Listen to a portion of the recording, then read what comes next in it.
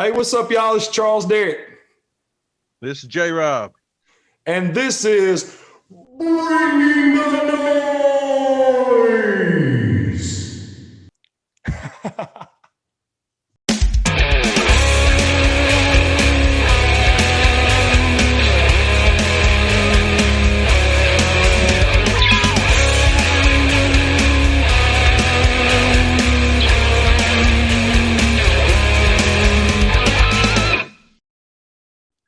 So I am like super excited today, J-Rob. I mean, all day long, I've had this smile on my face, dude, and just looking at the background of this guy.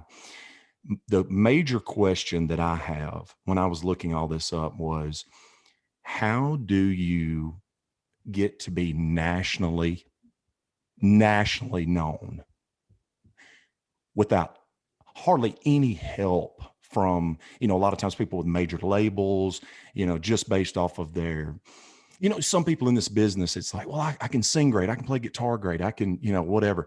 And they want somebody that's got the money, got the push, got the people in the right places to put them on national TV and to put their music out there. Not many people can say that. I can't hardly think of anybody, honestly, in this business that done a lot of it theirself and became that kind of level of being known. I mean, I can't really think of anybody, man. I mean, can you? No, this man right here we got. No shit. Really? Okay.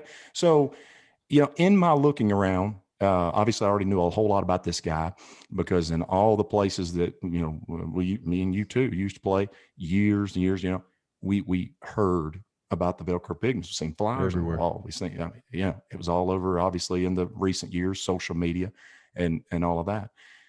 Probably the hardest working guy, from what I've heard, in entertainment in the Southeast. Let's say the Southeast, right? Hardest working guy out there, and been doing it 30 plus years. Okay. And I also found out today, I didn't know this, started off as a drummer before he became known as one of the greatest, probably, let's go ahead and say it, the greatest front man in show band history, right? Okay. Amen. Hey, and I also hear, and he'll have to tell me more about this. I may be a little off, I don't know, but was on CNN. Now we're not talking about, Birmingham news over here or the Jackson news or, whatever.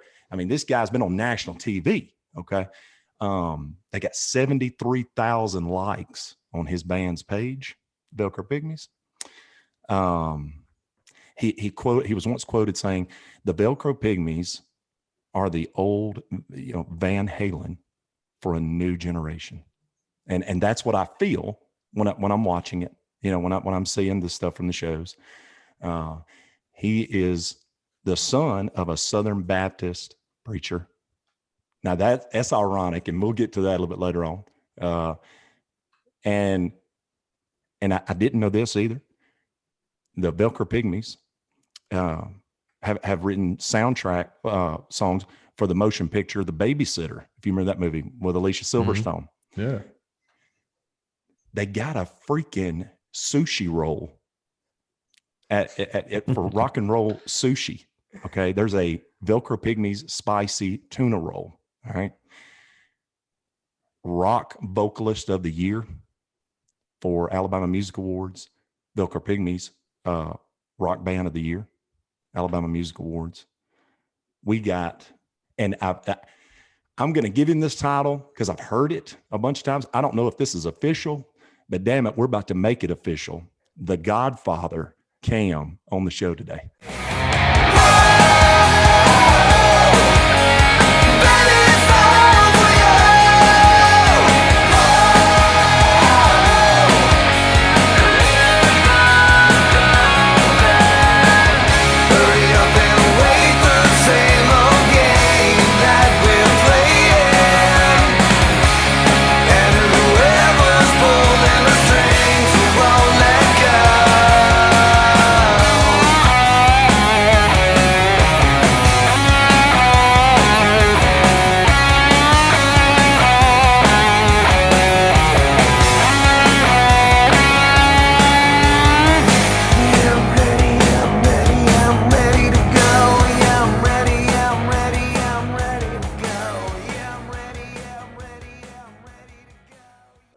What's going on, man?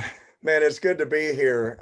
Whenever you were introducing me, I thought that maybe there was somebody else that was going to be, because all of that stuff, I don't know who you're talking about. Dude, everybody we've had on the show so far, it's like we try to take them back in time a little bit and remind them about some things, and and it's like, damn, yeah, I ain't thought about that in forever, and then they all of a sudden they'll go back and they go to giving details that maybe nobody ever knew. Of course. Absolutely. Well, I have got, as you said in the introduction, 30 years plus of experience in doing this. Never in a million years dreamed that I would be doing this as a career. Never in a million years. This was not my plan.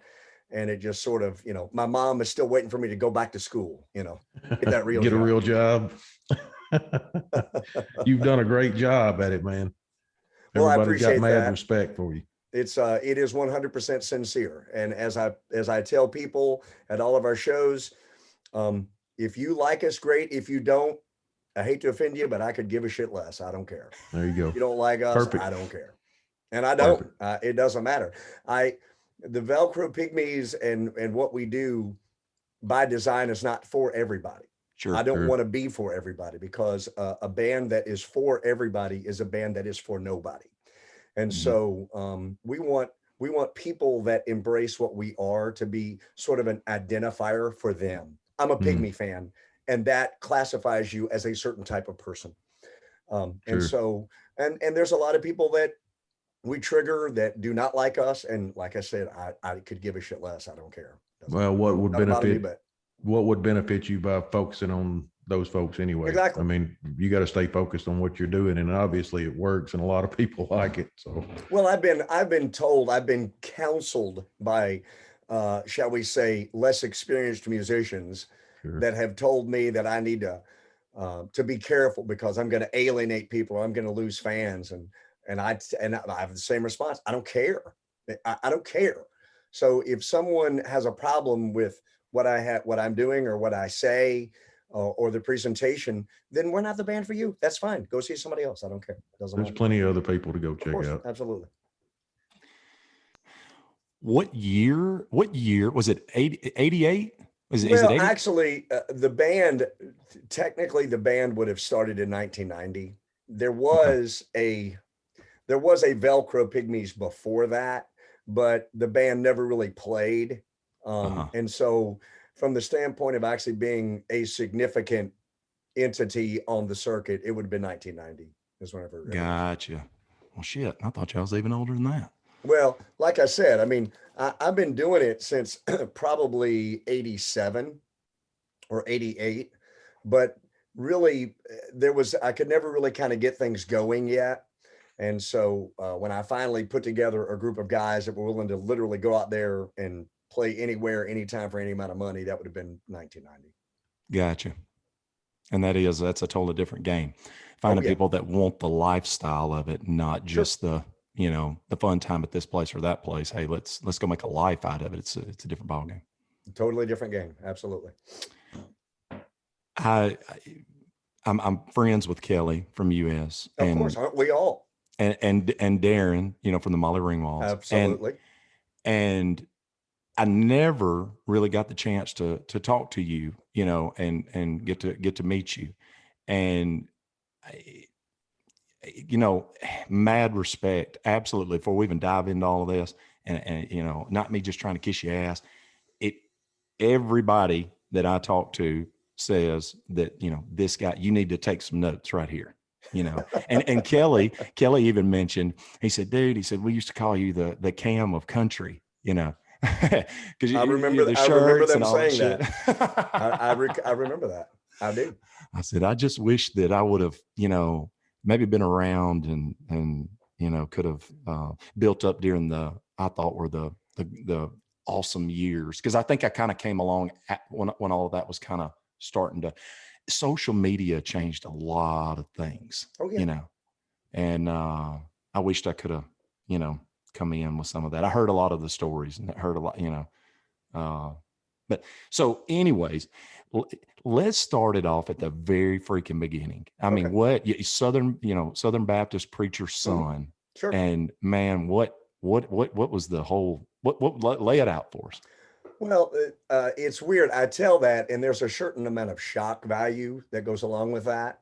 But the true story is my dad was actually a rock star in the 60s. He cut Oh, his first record when he was 16 years old. And so my dad was out there, and he was out there in the mix with, people like, Elvis and that sort of thing. Obviously, he was never even remotely on that level, but he was a part of that scene. And so my father and my family has always been very spiritual. And so as my dad realized that his aspirations of being a rock star were not going to happen, he decided to refocus his efforts, and he went into the ministry. Now, the ministry is nothing more than a performance. That's all it really is. I mean, when you see a good preacher, they're performing. They may be performing for the Lord, but that's what they're doing. Sure. right. And my father was pretty wise, because he was also so musically talented that he became a really hot commodity in the Southern Baptist convention, because a church could hire him, and you would get both. You would get not only a preacher, but you would get a minister of music in one person. So it made Dad very attractive and very marketable. But with that being said, he never lost his passion for rock and roll. And so my dad was chosen to be the chaplain for Jefferson County Police in Louisville, Kentucky, in Jefferson County, Kentucky. And they had never had a chaplain before. And so Dad was the very first one. And that made him kind of a sought after keynote speaker. And so whenever he would go speak to a school or an organization, he would always take me along as sort of like a trained monkey. And I would play the drums. And so Dad would give about a 15-minute talk about what he did. And then we would play Elvis songs and, old 50s and 60s tunes. So we started doing that, and that started to grow a little bit. And we actually started to travel around the state of Kentucky, and we would perform at high schools. And so that's where I started getting sort of that addiction for performance. And so my dad has always been hugely supportive, and still is, of everything that I've done, and was really sort of kind of the catalyst that made this happen. So when people hear Southern Baptist preacher, thinking, oh my God, your dad's probably on the phone trying to save your soul every night. Right. When actually my dad's the biggest cheerleader, because he was out here doing it like I'm doing it, not to the extent that I am now. But yeah, dad was a huge influence in my life, and probably the most talented individual I've ever known. Singer, songwriter, performer, entertainer, speaker, I mean, everything. And so that's why I was the first drummer in the Velcro Pygmies, was because whenever I put the band together, I was a drummer. That's what I already was. The only reason why I was singing was because we couldn't find anyone to sing. And so we wound up, originally it was me, a bass player, and a guitar player. So we were Genesis. Yeah. Gotcha. A really bad version of, or Triumph. And I was not a very good drummer, nor a very good singer, and still am neither very good of either one. But I decided that my ego was too big to be hidden behind the drums. And so then I decided that I was going to bring a drummer on, and I was going to step out front and become the front man. And a lot of hard lessons were learned right there on that first 3-night engagement in Louisville, Kentucky over Labor Day weekend, of just how inadequate I truly was. All right. Well, and we've went over this in every podcast, seems like so far, is that you having that support. And it really raised my eyebrows when you said, when I found out, and you're talking about him being a Baptist preacher, because I came up Church of Christ. And Okay. now J-Rob, he's got family, help and support. I never did, and that whole, what you're talking about, was there big time, Oh yeah. And so that, I think that's hugely important, sometimes, with people, because there's a lot of musicians out there, and I know, a lot of them listening, that don't have the support. So, you know, not only is it that feeling of me against the world, it's also me against home. You know. Exactly. I was very fortunate to be raised. You know, a lot of kids are raised to be athletes or to be academic. I was raised to be an entertainer, and that's just the way I was groomed. Now, it wasn't like, you know, being beat with a belt, do this, but that was just the atmosphere that was created in my home. And so I just was naturally, me and my sister both, we were both very active in the drama departments, very active in the choral departments. And then naturally that transitioned into what I do now. I never dreamed that it would actually become a career. I thought it would always remain sort of a hobby as a sideline. I never thought it would be what I wound up doing. But yeah, it was a very, very um, supportive environment that my sister and I both grew up in. And so there's never been any backlash from anyone in my family as far as what I do. Now, is that where the drive comes from? The cam drive everybody talks about. I mean, is it from the dad, or is there some other Not people? really. The drive, my drive, I'm a naturally driven person in everything that I do. It doesn't matter whether I'm like today, I was out in the yard battling my yard again because I am going to have grass this year. And it has literally been a 10-year battle. And Yard wars. Right? People, yeah, exactly. Yeah. People like, give it up. So I get very driven about everything that I do. I'm very passionate about everything that I do. But as far as this is concerned, I think my biggest motivation was how bad I sucked.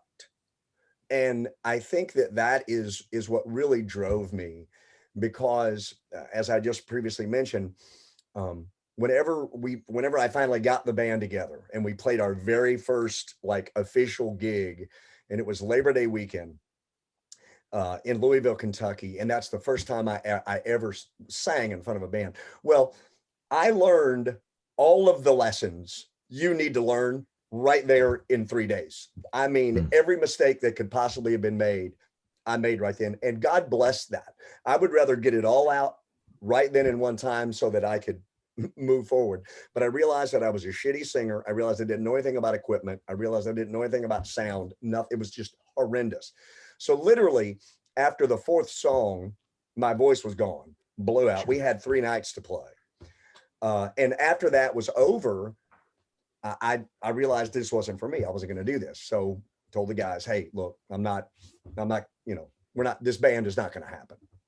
And so I was facing a surgical procedure on my jaw that my jaw was all crooked, and it was going to require my jaw to be wired shut for 8 weeks.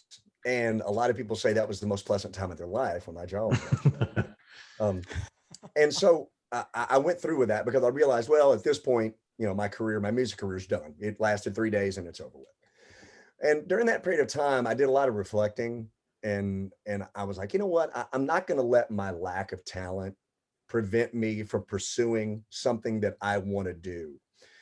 So once I got unwired, I started to get a little bit wise, and I went and saw voice coaches and started to really dig into what was involved in being an entertainer and a vocalist, and like professionally. Because in the past I'd gotten up and sang one song in the play, and that's awesome and it's great. It's a big difference when you have to do it for 3 hours. Absolutely. And so having the endurance, and so my motivation came from the fact that I sucked so bad that I was going to do everything that I had to do to not suck. I was going to push and push and push. And what happens is that whenever you try to not suck, you find other places that you suck. And so you never stop that chase. There's always that chase to not suck. And so that's where my motivation comes from, is that I want to be the best that I can be for what I am. I have certain limitations. We all do. And so number one, you have to accept those limitations. You have to face those limitations, accept them, embrace them, and then develop what you are around those. So if you're a 4 foot tall and you want to play in the NBA, that's going to be difficult. Yeah. Okay. You have those limitations. It's not to say it's not impossible, but you would have to figure out a way to work through that and work around it. So that's where my drive has come from. And you're right. I do work really, really hard. Nobody outworks me. It just does not happen. I won't let it happen. Yeah. And I think figuring some of everybody can those tell it. things out that quick was invaluable. I mean, I remember those growing pains when I started too. I was planning on being a singer at first, and there was a month's worth of shows that I blew my voice out and like just like not knowing what the hell I was doing. But you know, that's to get that figured out early on, man, that was pretty good blessing. Literally in 30 minutes. So we showed up and we didn't have any stage monitors. I didn't even know that stage monitors existed. I didn't even know what those were. So we had no stage monitors. Okay. We roll in the soundboard and the guy's like, well, where's your snake? What's a snake? I didn't know what a snake was. Yeah. I mean, we didn't even know how to plug the speakers into the amplifiers. I mean, it was a catastrophe from start to finish, but we learned it all right then. Well, we didn't learn it. We learned what we didn't know right then. And then I was able to, okay, next week I'm going to figure this shit out. Right. So now was this, but what this period that you're talking about here, I'm just going to try to keep it in a timeline. Was this after the times you were going to Phoenix Hill and watching those bands? This would have been at the very, very beginning. So this would have been in your like 1988, whenever I had just conceptualized the band. And so that period where after we did that, I realized that it wasn't going to happen and I shut it all down. I took a break it was probably a year or so of trying to regroup. And then that's when we put the band together roughly in 1990 to where we actually went out, started to do the Phoenix Hills and Auburn and Alabama and Texas and Ohio and Indiana and Florida and Mississippi and Tennessee and everywhere. And before, and you know, I just want to make sure during this period of say the 80s, was there what gave you besides, you know, what made it a realism that you could even get with a band and do that? And I mean, what was there anything right in there that you know made a lot of that happen? Not really. There was no real strategy here. It happened quite organically. And one of the things that a lot of people aren't aware of is that Louisville, Kentucky, back in the 80s was a massive booming music community. And it doesn't get any credit because it wasn't a massive booming original like Athens would be or Nashville. Sure, yeah. It was a working band situation. There were probably 30 clubs in Louisville that you could play at. And these were like had stages and light rigs. I mean, like the real deal, like real clubs. And so there were bands that could make a living just playing Louisville. Now, this was also back in a time when bands would typically do Wednesday through Saturday. Now, those days are gone. They just don't happen anymore. Yeah. But typically bands would come into town, you'd play Wednesday, Thursday, Friday, Saturday, have a couple of days off, and you would go to the next, club in town and do the same thing. And so we were having to compete with some of the top bands in the region. And I didn't even know that. I didn't even know, this is just all I knew because I'd never been outside of Louisville. So when we put our show together, we were putting it together to compete with that level of band. So then we get invited to do a road show, come down to Auburn. So we go down to Auburn to play a frat party down there. Well, we roll down there and we've got a full truck with concert production. And these kids had never seen that before. They were just like, oh my God, you guys have all of this stuff. So a light bulb went off in my head and said, holy cow, the market is down here because ain't nobody doing this down here.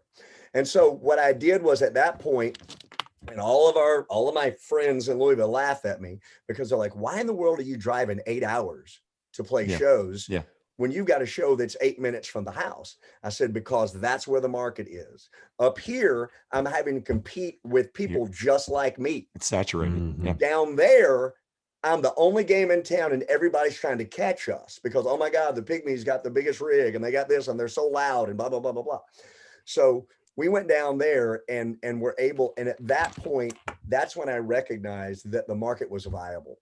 That's when I recognized, hey, and so I went to our management company out of Nashville, and I said, look, for 6 months, this is our policy. Anywhere, anytime, for any amount of money. I don't care.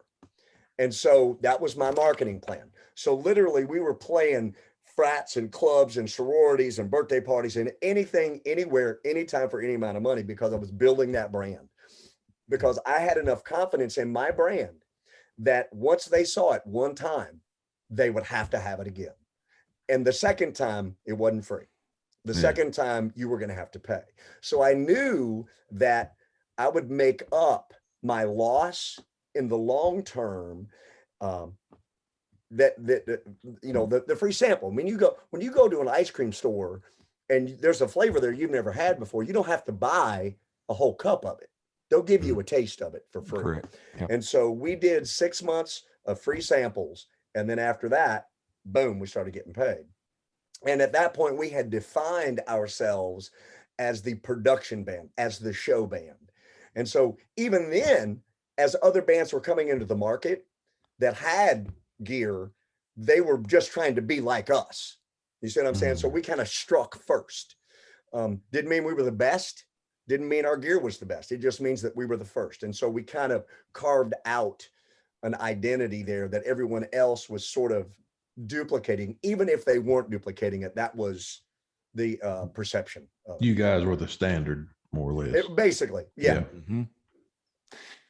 So I'm gonna tell you this quote, and I'm thinking we're around this period. Obviously, you said, on many a weekend I stood in the crowd at Phoenix Hill watching bands like Recordio, the Hammerheads, Hopscotch, Army, etc., and knew that to ever get the opportunity to be on that stage would have to be as good as they were. Well, unfortunately, we never quite reached the goal of being as good as those bands, but because we were trying to compete, we were naturally forced to get better.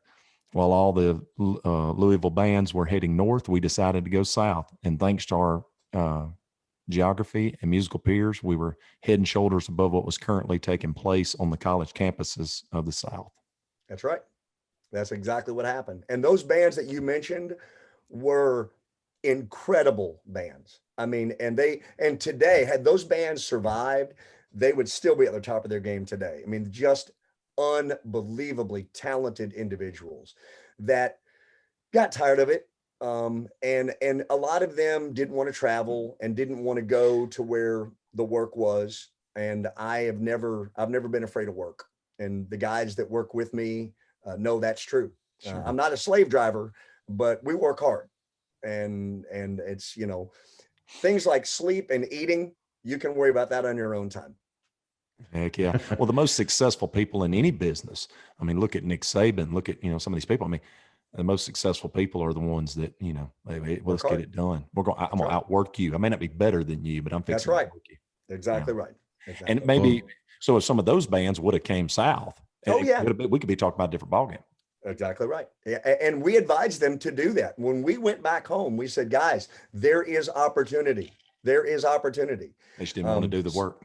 Did not want to deal with the cultural situation. So for instance, there is a certain enthusiasm, I'm going to call it, that takes place in Auburn and Tuscaloosa and Knoxville. Mm-hmm. And a lot of bands don't appreciate that level of enthusiasm, which occasionally would involve having a beer thrown on you, not out of anger, but out of joy. Yeah. And so you've got to be willing to hang with the audience down there. When we would play supper club, we wouldn't strike a note till midnight. We'd play till 5 o'clock in the morning. And a lot of guys just didn't want to do that. And they weren't willing to deal with it. It didn't bother me. And so as a result, they decided that, we'd rather sleep in our own bed at night. We'd rather be done by midnight, and we don't want to risk having a beer thrown on us. So, well, the drive from you to do that is one thing, but the other side of that is whatever guys you've got, how many you've got in your band that's going to be willing to work that hard with you and stick with you and see that 6 months of playing for free out till you get to it, help you build that up. Sure. That's hard to do, to get people that dedicated and on the same page.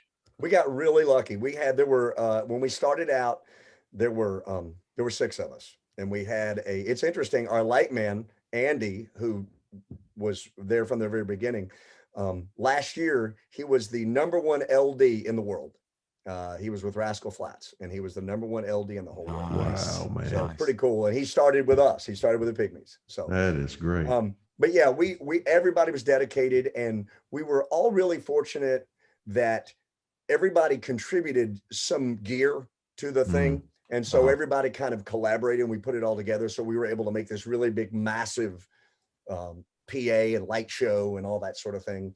And everybody was we were willing to do it. Everybody's willing to starve to death and do whatever it took, break down on the side of the road, not be disillusioned, no egos. Everybody understood that our goal was that we were going to succeed at this, and we were going to become the standard in the South as far as rock and roll show bands are concerned.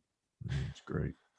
Well, and there's some things I want to talk about when it comes to that a little bit later on about individualism and things like that, because I think it's hard to find those types of people nowadays compared to maybe back then. And even when I was a kid, remembering the 80s and stuff, and I just remember people being a lot different. Overall, percentage wise, it was almost flip flop from what it is now. But you said it was it a 5-piece band then? There was 4 of us. There Four in the band, four and then on stage, and then we had sound and a light man. Sound like a. So we traveled with production. Gotcha. Who were the members of that? Was it the original band? Was myself, Blake Ballmeyer was guitar player. Yeah. Robbie Bazell was our drummer, and Joe Straub was our bass player. Gotcha. Okay. When did Chris come along? Chris came on. Robbie was probably in the band for 5 years, and then Chris came on. So Gotcha. Most people associate Chris as being the original drummer. Sure. Yeah. Because we really started to hit our stride when Chris joined the band. That's when things really started happening. And that's no disrespect to Robbie. It was just that over that first 5 years, we were developing our market. Oh yeah. And whenever Robbie decided to make a life change, meaning get married and have kids, he did the mature thing and said, I can't do both of these. So I'm gonna give up the rock and roll side of my life. And he's doing very well, doing something else that he loved as much as he loved music, which is construction. He was just always building things. And that's what he's doing now. But whenever Robbie left, that's when the band was really hitting a heavy stride. Now, there was another name in here that I didn't recognize before I get into the people that maybe we know, but Jimmy Mullen, bassist. Yep. Jimmy's the only guy that's been in the band twice. Gotcha. Whenever Joe left the band, Joe Straub left the band, Jimmy is from Chattanooga, and the band was really big in Chattanooga. And so Jimmy had always kind of been someone that was on our radar screen. And so whenever Joe left, he was sort of the natural, because he'd been to the shows, he knew the shows, was as far as his image was concerned, it fit perfectly with what we were doing. And so then Jimmy came on, and Jimmy was with us, and he ran into a similar situation that Robbie did, decided it was time to get married and have babies and that sort of deal. So he left the band. And during that period of time, we had 2 other bass players, Chip Adams and Troy Rebert, who we called the Weenus. We had them in the band. And then whenever Chip left the band, Jimmy came back. So Jimmy came back to the band. So he was in the band actually twice. And was with us for a total of Jimmy was probably with us for almost 10 years total between the two sections. So now, were you doing all the managing, hiring, firing all these years? Oh yeah, everything. Gotcha.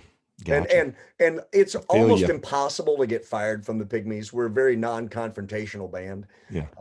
We try to fix as opposed to fire. Sure. Yeah. And so pretty much everyone that exits the band does so because they're making a life change. They're doing something different with themselves, and no animosity. We understand. I mean, this is not for everybody. This is a really, really hard life. It really is. Yeah. And I'm a very demanding band leader. And so if you cannot provide that, then you understand it's probably wise to not be here. Well, another thing we're going to throw in that we've said every podcast, hardest part about a band is keeping a band together. Yeah, sure. I mean, there's a There lot of are, hard stuff, but that's the hardest. well, it's a five-way marriage is what it is. Uh-huh. And so few people understand that. And you have to, it's a five-way compromise. Every member of a band has a different need. And you have to make sure that they are getting that need met in order for them to be engaged in the band. So if the only person that's happy in the band is me, then we ain't got a band. It doesn't That ain't work. gonna work.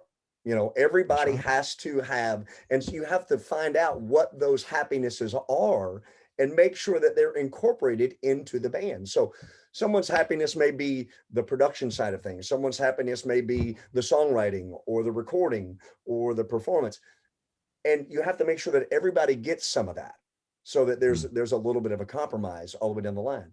There's a difference in a musician and a band guy, Hmm. and they're not the same. Some musicians are terrible band guys, and some band guys are terrible musicians. At the end of the day, I'll take a band guy any day over a great musician, because a great musician turns into a prima donna. You got to search for vegan food. You know, they're very tenderfoot. Come with a And rider. you cannot be a tenderfoot in what we do. Yeah. And my guys learn that as soon as they come on, because our show is 3 hours minimum straight. There's no breaks. You don't get a pee break. You don't get a water break. We play straight through. So if you go see Motley Crue, they don't take a break. Velcro Pygmies don't take a break. So we get on stage, and when we get off stage, it's at the end of the night. We show up, we drive, we set up, we go to the hotel, get ready, we come back, we play, and we tear down. And we used to travel with a full road crew. Well, that's great, but there's some downside to that. The first all, it's almost impossible to find anybody that knows what they're doing. So you can't get anybody that's competent. The only people that you can typically find for road crew are people that are frustrated musicians. So you wind up with animosity there, because you got some guy that's working road crew that thinks he's a better guitar player than the guitar player is. So you wind up with a problem there. Okay. And then what happens is it allows the musicians to start to believe the fantasy that we live. So if all you have to do is show up and play and be a rock star and then leave, you start to believe that. So one of the things about being our own road crew that's nice is that it keeps everybody humbled and focused, because we're standing in front of 1,000 people and they're screaming and hollering, going great, and they think that we can walk on water. Stick around for 30 minutes and watch us pushing the stuff in the truck. Yep. And you'll see we can't walk on water. And so it really keeps everybody grounded. And that's really, really nice. So yeah, keeping a band together is, if you can keep your band together for a year, you got a pretty good chance of keeping it together. But most of the time you wind up, and it's always things like girlfriend problems, or it's always something outside, some outside issue that comes in and infects, that Yoko's the whole deal, you know? And we've been through that before, but I've been really, really fortunate that 95% of the people that have ever been in our band understood from the beginning of how hard we work and what it was going to take and what our expectations were. Man, it's like hearing the thoughts that was in my head for 16 years. I mean, literally just all this stuff, dude. You're ringing all kind of bells in my book. I mean, well, there are a lot of people who are in life. You have chiefs and you have Indians, you have generals and you have soldiers, and every chief has to have dependable Indians, and Indians have to have a competent chief. It doesn't mean one is more important than the other. They are all just as important. And oftentimes I'll see a band or an organization where, like, oh my God, you either got you got 5 chiefs, or you got 5 Indians and no chief. And it's no wonder you guys can't do anything. Somebody has to be the captain of that ship. And sometimes it's the wrong person being the captain. And so you have to make sure that the guys that are in the band recognize who the captain of the ship is. That doesn't mean that captain makes all the decisions. I tell people a lot of times that I am sort of the quarterback of the Velcro Pygmies. that doesn't mean I score all the touchdowns, but it means I touch the ball every play. So whether and I would prefer my other guys to score the touchdowns or kick the field goals, but I know that I am going to be in control of the ball after the snap. And what happens after that, it's a team effort. And so you have to recognize that. You see a lot of times where guys run into these ego trips to where they're worried that their guitar player is getting more attention than the lead singer, or the bass player is getting too much attention. I love it when the spotlight is on everybody. And that was the concept of the Beatles, and that was the concept of Kiss, to where every member of the band was a star. Where you not only were you a fan of Kiss, but you were a fan of Gene or of Paul or of Peter or of H. You had your favorite member. And, you know, I think that that is an important aspect where everyone has to get that stroke and has to be in the limelight. Everyone has to have the limelight that they deserve. And it's critically important to keeping a band together. So, all right. And at this period, you guys came down. You came down to Auburn. And so Auburn was the first one, right? Yep. And I'm trying to figure out, because I know there's probably a ton of stories just in that little, you know, let's just say 5-year period of building all of that. I'm wondering, you know, when, say, you know, Crescent Moon came on board, or you know, when did, you know, all of these shows start to rise to, okay, Velcro Pygmies is a really big player in this whole college thing game, and let's, you know, so what brings us to there? Well, what happened was, whenever I decided, okay, I've got a band and this is what we're going to do. So I started calling agencies in my area. Well, every agency told me the same thing. They said, yeah, we'd love to book you, but we need you to sign a 6-month exclusive with us. Well, I didn't know anything. I didn't want to do it. That scared me, you know, blah, blah, blah, blah, blah. Crescent Moon was the only agency that said, if you will give me a gentleman's promise that you will not go behind our back, then we'll give you a try. Okay. Later that day, we get the gig in Auburn. Okay. Now, this is where it gets interesting. Little did I know what the gig was. Okay. The gig is called Pike Brawl. Bands do not want to play Pike Brawl. Okay. They don't want to. We were idiots, didn't know anything about it. So imagine that scene in Blues Brothers with the chicken wire. Okay. Yeah. Right. So here's the scenario. And they don't do this anymore. They outlawed Pike Brawl, literally outlawed it. Everybody dressed in Army fatigues, and they wore Army helmets. So they would drink long necks and then smash them over one another's heads. Okay. I mean, literally, this is insanity. They're throwing beer everywhere. That night, I think there were like 10 hospital trips where it was people getting cut. This is a real thing that happened every year. This has happened every single year, every year. Okay. And so Crescent Moon booked us because they're like, okay, we got these idiots from Louisville. They don't know no better. They're going to go down there. And if they never play for us again, who cares? We got a band for Pike Brawl. Okay. So we go down there. Well, I recognize what's happening. Well, I'm not going to let these kids beat us. It's not going to happen. So, I mean, they are literally standing in front of the stage with beer. I'm standing on the microphone, and they are just throwing beer in my face, like point blank, just right here. Same thing with a guitar player. And I'm looking at the guys. I'm like, we are not giving up. This is not going to happen. So we stripped down to our underwear, the whole band. So we all stripped down into our underwear. And I'm like, bring it on, motherfuckers. Come on. What do you got? What do you got? And these kids are, so at that point, oh God, the kids realize we can't beat these guys. Respect. The Velcro Pygmies are the real deal. Yeah. Because come to find out, after we were the only band that ever played the whole night. Every other band that ever played Pike Brawl, they were able to quit, to give up. Yeah. And so that night, we defined ourselves on that campus as something unlike anything that had ever been there before. Now, back up 4 hours. We're down there, and I'm like, you know what? Let's go to all the other fraternities and let's invite them over. So we're going to all the other fraternities saying, hey, man, we're a new band in town. We're playing Pike Brown. They're like, good luck. We ain't coming. I'm like, why is nobody wanting to come to this party? Oh, my God. Well, come to find out, that's what it was. But enduring that 3 hours of hell really carved out. And I still run into kids today, and they're grown ass adults now with grandkids, that were at that show and said, man, that was unlike anything we've ever experienced.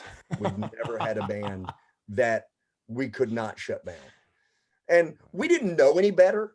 We didn't know we were supposed to get shut down. We didn't know that we were supposed to quit. All I knew is that, hey, we're from Louisville, Kentucky. Kiss my ass. We're going to rock your balls off. You are not going to shut us down. I don't care how much beer you have. And I think we lost 90% of our PA that night. Like, it rotted, like we had to replace every speaker and all that kind of stuff. But in the end, it was worth it. And so, Wow. So what happened was, after that, Crescent Moon fully anticipated a phone call saying, oh, the Pygmies gave up, and that's not the call they got. The phone call they got was, holy shit, this band was unbelievable. And then at that point, they recognized that we were the real deal.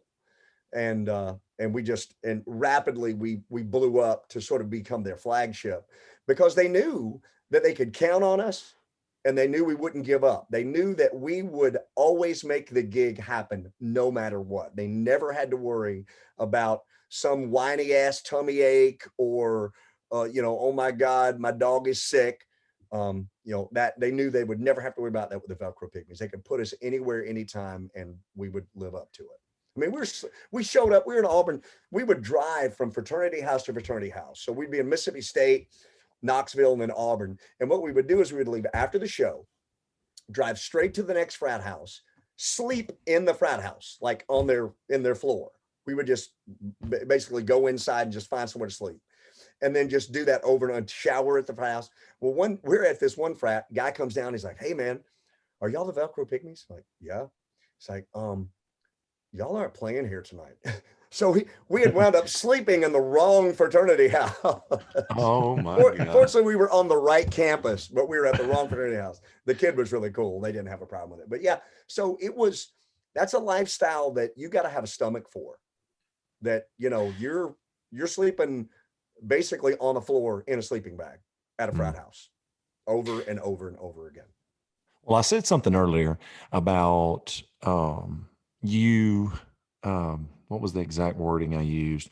But to me, watching your videos and hearing about you, to me, you set the precedent, and you let the crowd know who's in control right off the jump. There is no question, of who's running the show here. And I think you get that wow factor sometimes. Oh yeah, I was saying about you being a realist, because a realist is going to be the realest one in the room. I mean, you know what I mean? You're going to be like, you're going to say the thing that probably everybody is thinking, the elephant being in the room. And I get that from the shows and watching you, that, this guy is going to say probably what everybody's sitting there thinking, and he don't give a shit. He's going to say it, and if you're thinking it even about him, he's going to be like, hey, I know it, dude. I know that, Exactly right. Whatever. And they're so wild. They're like, well, you got to respect this guy. You got to like him.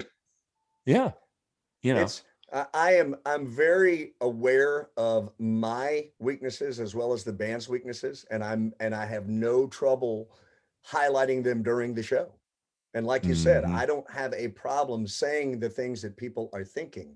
And that is the role. That's my role in the band and in the experience. I prefer to look at what we do as an experience. Now, that doesn't mean it's the Velcro Pygmy experience. It means it's an individual's experience going out. And that's every aspect of it. That's the bathrooms. That's the cover charge. That's the how fast you're being served. That's what the light rate, all of it is a part of the experience. And my role in that experience is to be the ringleader, is to basically direct what's going on. And whether that means make people drink more, whether that means notice that there's about to be a confrontation in the room, and as a result, I change the mood of the music to calm that down, where Mhm. people don't realize that that was done. They just think that, okay, that dissipated. Well, no, that was a conscious effort. There's a certain amount of awareness that you have to have in the room. Okay, this individual over here, what is it that they need? What does this person over here need? What does that person in the back need? How can you make this person's experience unique to them and also unique to this person over here, so that everybody leaves the show having a different experience, however, a collective experience. Mhm. And it requires a lot of peripheral vision. You've got to take it all in. And so you're right. And there may be instances where I can see that something needs to be said. This guy, I can tell this guy is thinking something, and boom, yeah, I say it, bring it out. And so I have a certain awareness there. It's nothing that I developed. It's just something that I just kind of had. And it's weird if I see another musician or another frontman and they're not doing it. It's really foreign to me. Like, I'm sure the way that a violin virtuoso would see someone else playing violin and be like, "Oh my God, why can't you see what you're not doing right?" You Can't know, get it. they just don't get it. And so uh, I feel like that is my role, is being the one that is, as you said, kind of in charge of the experience. I'm not the only part of it, but I'm kind of the one that's over it, making sure that everyone leaves that event or that having the best experience that they could possibly have. Yeah, it's funny you said that. I've always felt like J Rob, even when he was working with me years ago. And we've actually talked about this before. I- We always had this thing where we could, sense what was somebody was thinking, or did you notice that? Did you notice this or whatever? And we'd be the only two that got it or knew that was even going on, kind of thing. Just being, like you say, totally aware of what's going on and what you can even spot stuff before it happens, kind of Of thing. course, definitely. Uh, and a lot of people, you end up getting a lot of fans that way too, because you can get them to start drinking the Kool-Aid because you keep it so real with them. And they're Right. like, oh man, he gets me, That's right. That's exactly right. boom, you know, And it's an awareness. You can spot things before they happen, and you can either diffuse them or you can exploit them, because you may Mhm. see a situation happening that might be happening between a guy and a girl. Okay, maybe there's some sparks about to happen there. You can exploit that and turn that into Part an of the show. amazing experience, not Mhm. only for them but for the other audience. Like, oh my God, I can't believe that that Cam brought those two people on stage and made them dance and kiss one another. They just met. Oh my Yeah. God. That's happened numerous times. And we'll see those people years later and be like, man, that was the first time we'd ever met. Now we're married with kids. Yeah. Uh-huh. You That's awesome. recognize something and made it happen. And it's just being open, having your brain open enough to sense all of those types of things that are going on. I'm still curious though on just to bring this back up, but in those marriages, those different versions of the band, I'm Yeah. surprised that there wasn't anything that's made somebody at just one of those kind of nights say, "Man, I just f you and f this and or whatever." I guess I've It, seen so much in 16 years. You know what I mean? And I can only imagine you with twice the career and dealing with that with the keeping it positive and trying to fix instead of we, sometimes we got you to cut a know, bad apple. and it really, I know that you think that this sounds too hard to believe, but we've never really had conflict at that level. We have been so blessed. Dude, blessed Um, big time. Yeah. and there have been, and I think it's because myself and Chris, who myself, Chris, and our Sandman Pete have been together the longest. We've been together for 27 years now. Hmm. 25 years now. And we understand that a momentary explosion has long-term ramifications. Yeah. Whereas if you will just swallow it for a little bit, everybody will get over it. And so I tell people all the time that you can stop the conflict yourself. So instead of the back and forth, you can send it out. And when someone sends it back, you just absorb it and it's over. If you fire back, if you just keep returning fire, it's never going to solve itself. Get out of And control. so there've been situations where conflict probably should have occurred, and anyone else would have exploded, and we just didn't, because it wasn't worth it. It wasn't worth what it would have resulted. But we've been very, very blessed in that regard, that we've never had a band ending explosion where, screw this and everybody goes their separate ways kind of a deal. Well, that is very fortunate not to have had that happen out of somebody, but possibly some of that is due to whatever members you got in, seeing the business-like atmosphere of the whole thing and the work involved in it. And it's not just, this regular, oh, great, I get to go play on the weekends now thing. Just a whole lot more serious there, People learn that really quick when they join the band, that we are very serious about what we do. And it's your career. It's not just a fun time, extra income thing. It's and for the most part, everybody embraces that. They really enjoy the security, the stability of it. I want my guys to have real lives. I don't want them to be musicians. I want that to be their job, but I want them to have homes and cars and gym memberships and social lives. And I want them to be members of society. And, the only way you can do that is to have some stability in our lives to where we can do those sorts of things. And I think that matters a lot to people, because typically it's just the industry that we are in, and stereotypes exist because they're true. They are. And I'm never upset when someone stereotypes me as a musician. I just simply overcome it. I don't get offended by that, because 90% of it is true whenever you look at what you can typically expect from a general musician. And my guys are not like that. We always excel and overcome. And hopefully people are pleasantly surprised when they meet us. They're like, oh my God, you're not anything like the character you play on stage. Musicians and stability don't usually come in the same sentence. I mean, the only band I've ever been in was when I would work with Derek, before, and then now, that was the most serious work, like, we're going to take this serious kind of thing that I'd ever been a part of. So, I mean, that's really unique to even have stability, period, in a band. Yeah, it's very, very, very unusual.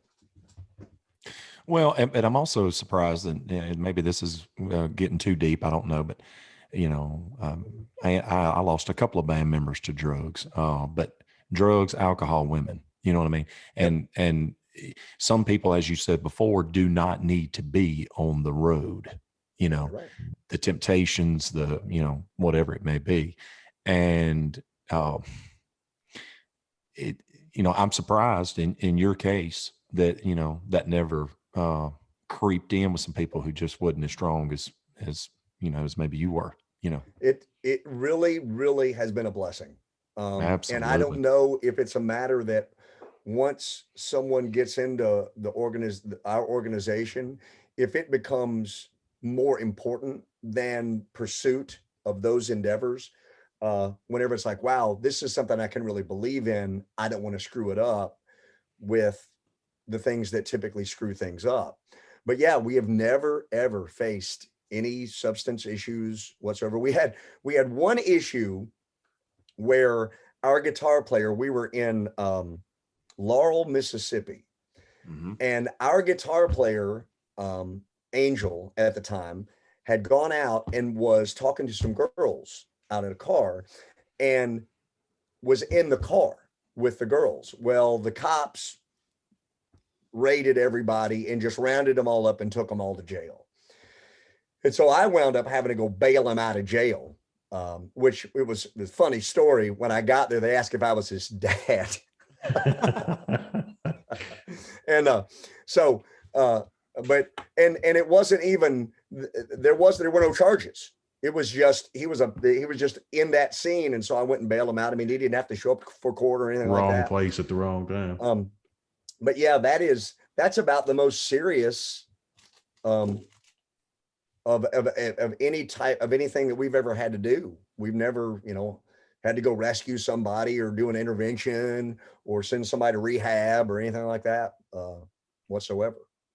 Well, and you know what? And just keeping it real, I think a lot of the success and a lot of the, agent keeping you busy and all that kind of stuff. I mean, and you guys helping yourself. So, I mean, it was just a lot of success brewing there and a lot of money being made, and it puts things on a little bit different level with people, than the band that's, $1,000 gig, whatever, 15 at best, and or whatever. When you're too exhausted to do anything, when I make sure that you're too exhausted to do anything after the show, but sleep, yeah, there's no time to do anything else, and I tell my guys, I said, if you got any energy after the show to go party, then you didn't do enough on stage.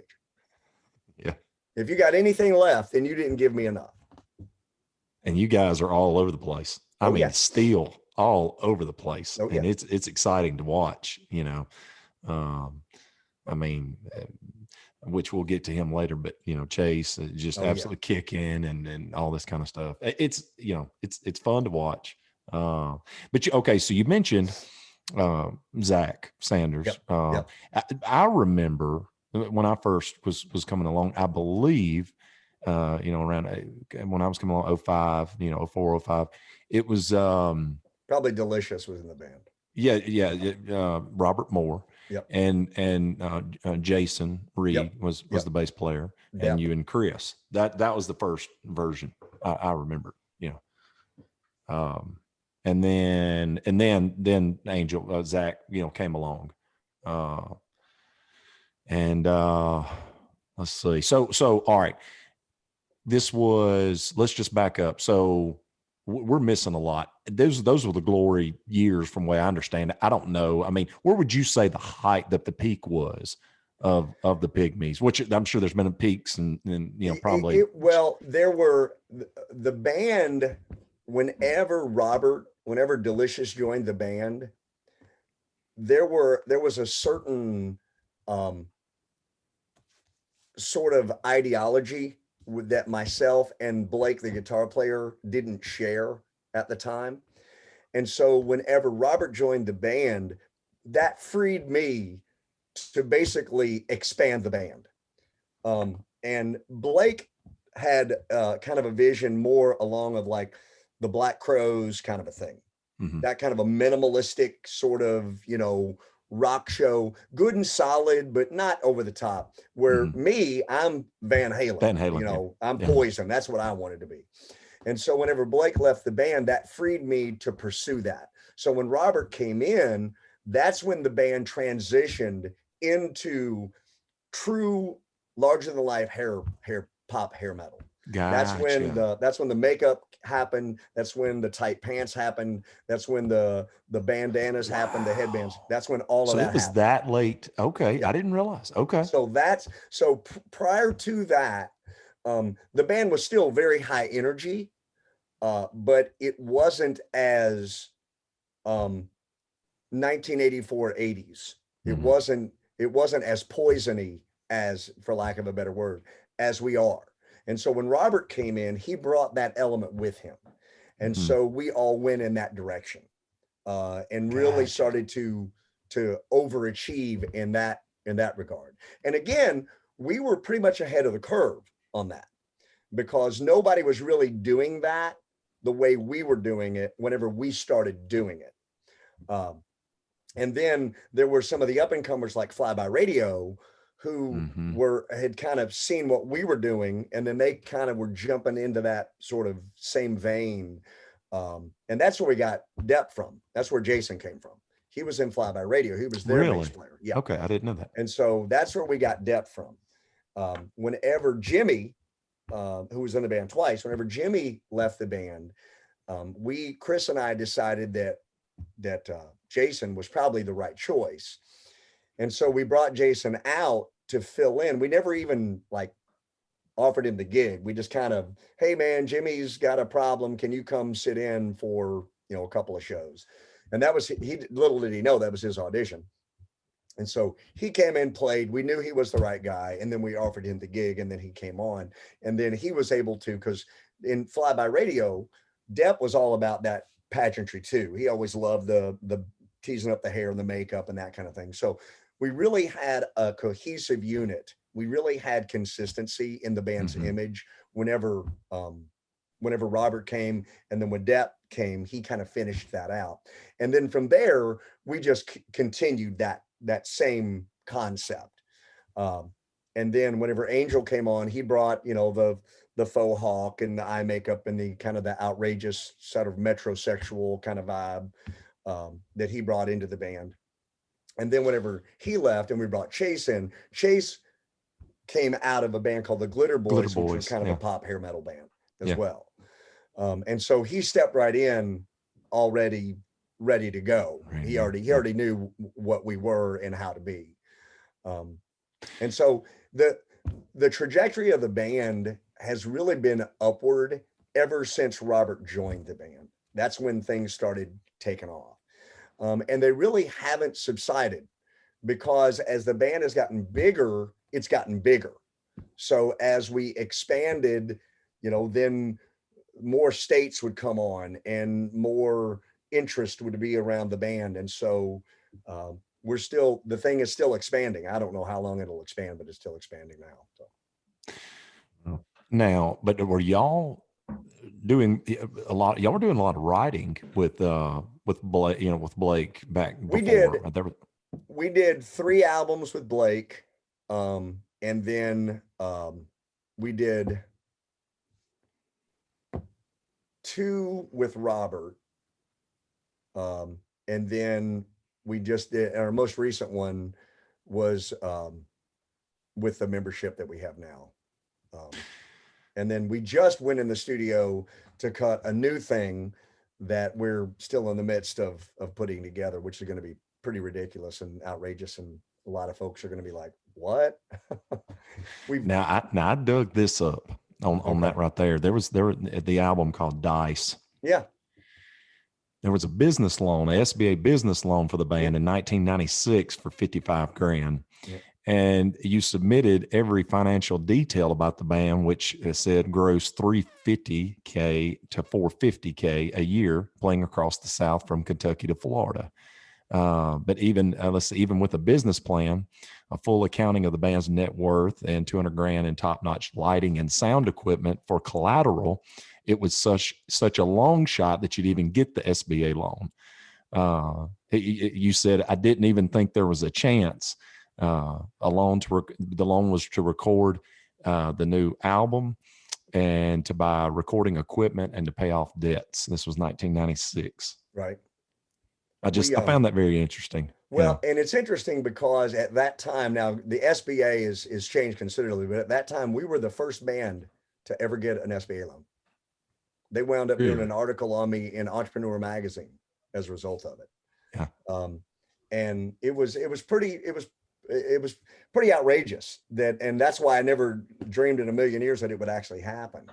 And we were able to, we utilized that money and bought, it was a waste, but we bought it was right at the beginning of the home recording studio capabilities, ADATs and all that kind of stuff, to where no longer did you have to go to Nashville and record in a $1 billion studio. You could do it right at your house. So we invested in a bunch of that stuff. And about the time we invested in all the ADATs, that stuff basically became obsolete.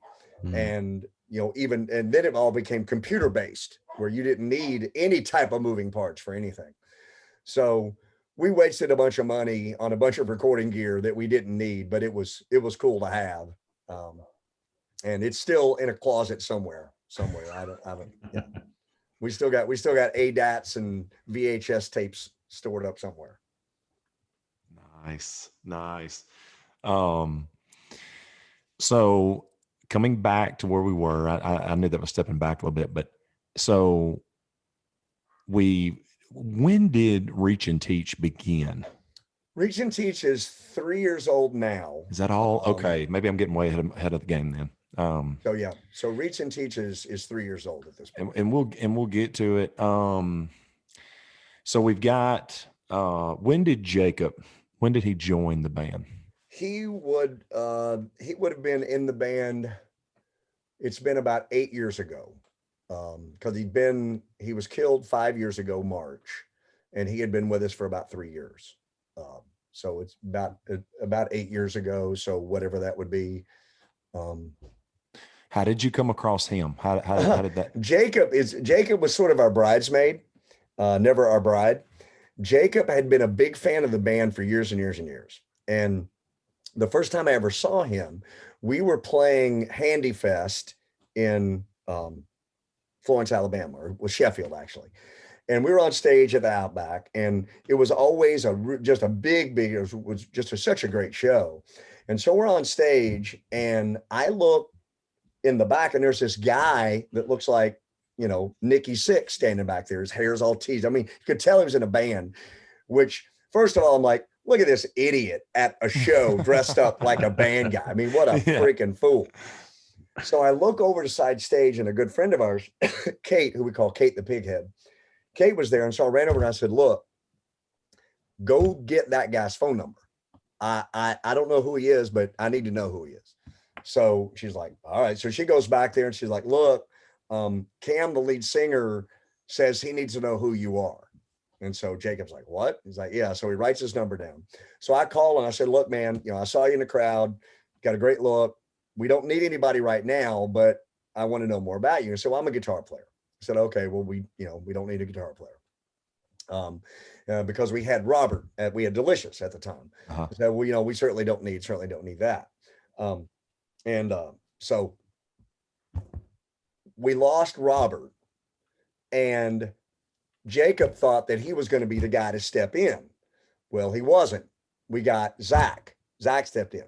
So now you've got Jacob like, dude, I thought I was on deck. I thought I was the guy. Well, sorry, you weren't the guy. So fast forward. Whenever Depp left the band, I reached out to Jacob and I said, look, man, I said, I got an opening in the band, but it's not on guitar, it's bass. And he said, man, if I can be in your band, I'll play saxophone. I don't care. Anything. I'll do anything to be in the band. I said, well, if you want the bass gig, you got it. I understand that there's some similarities between playing guitar and playing bass. And if you can figure that out, then you got the gig. So he accepted it and came on. An interesting story that we tell a lot.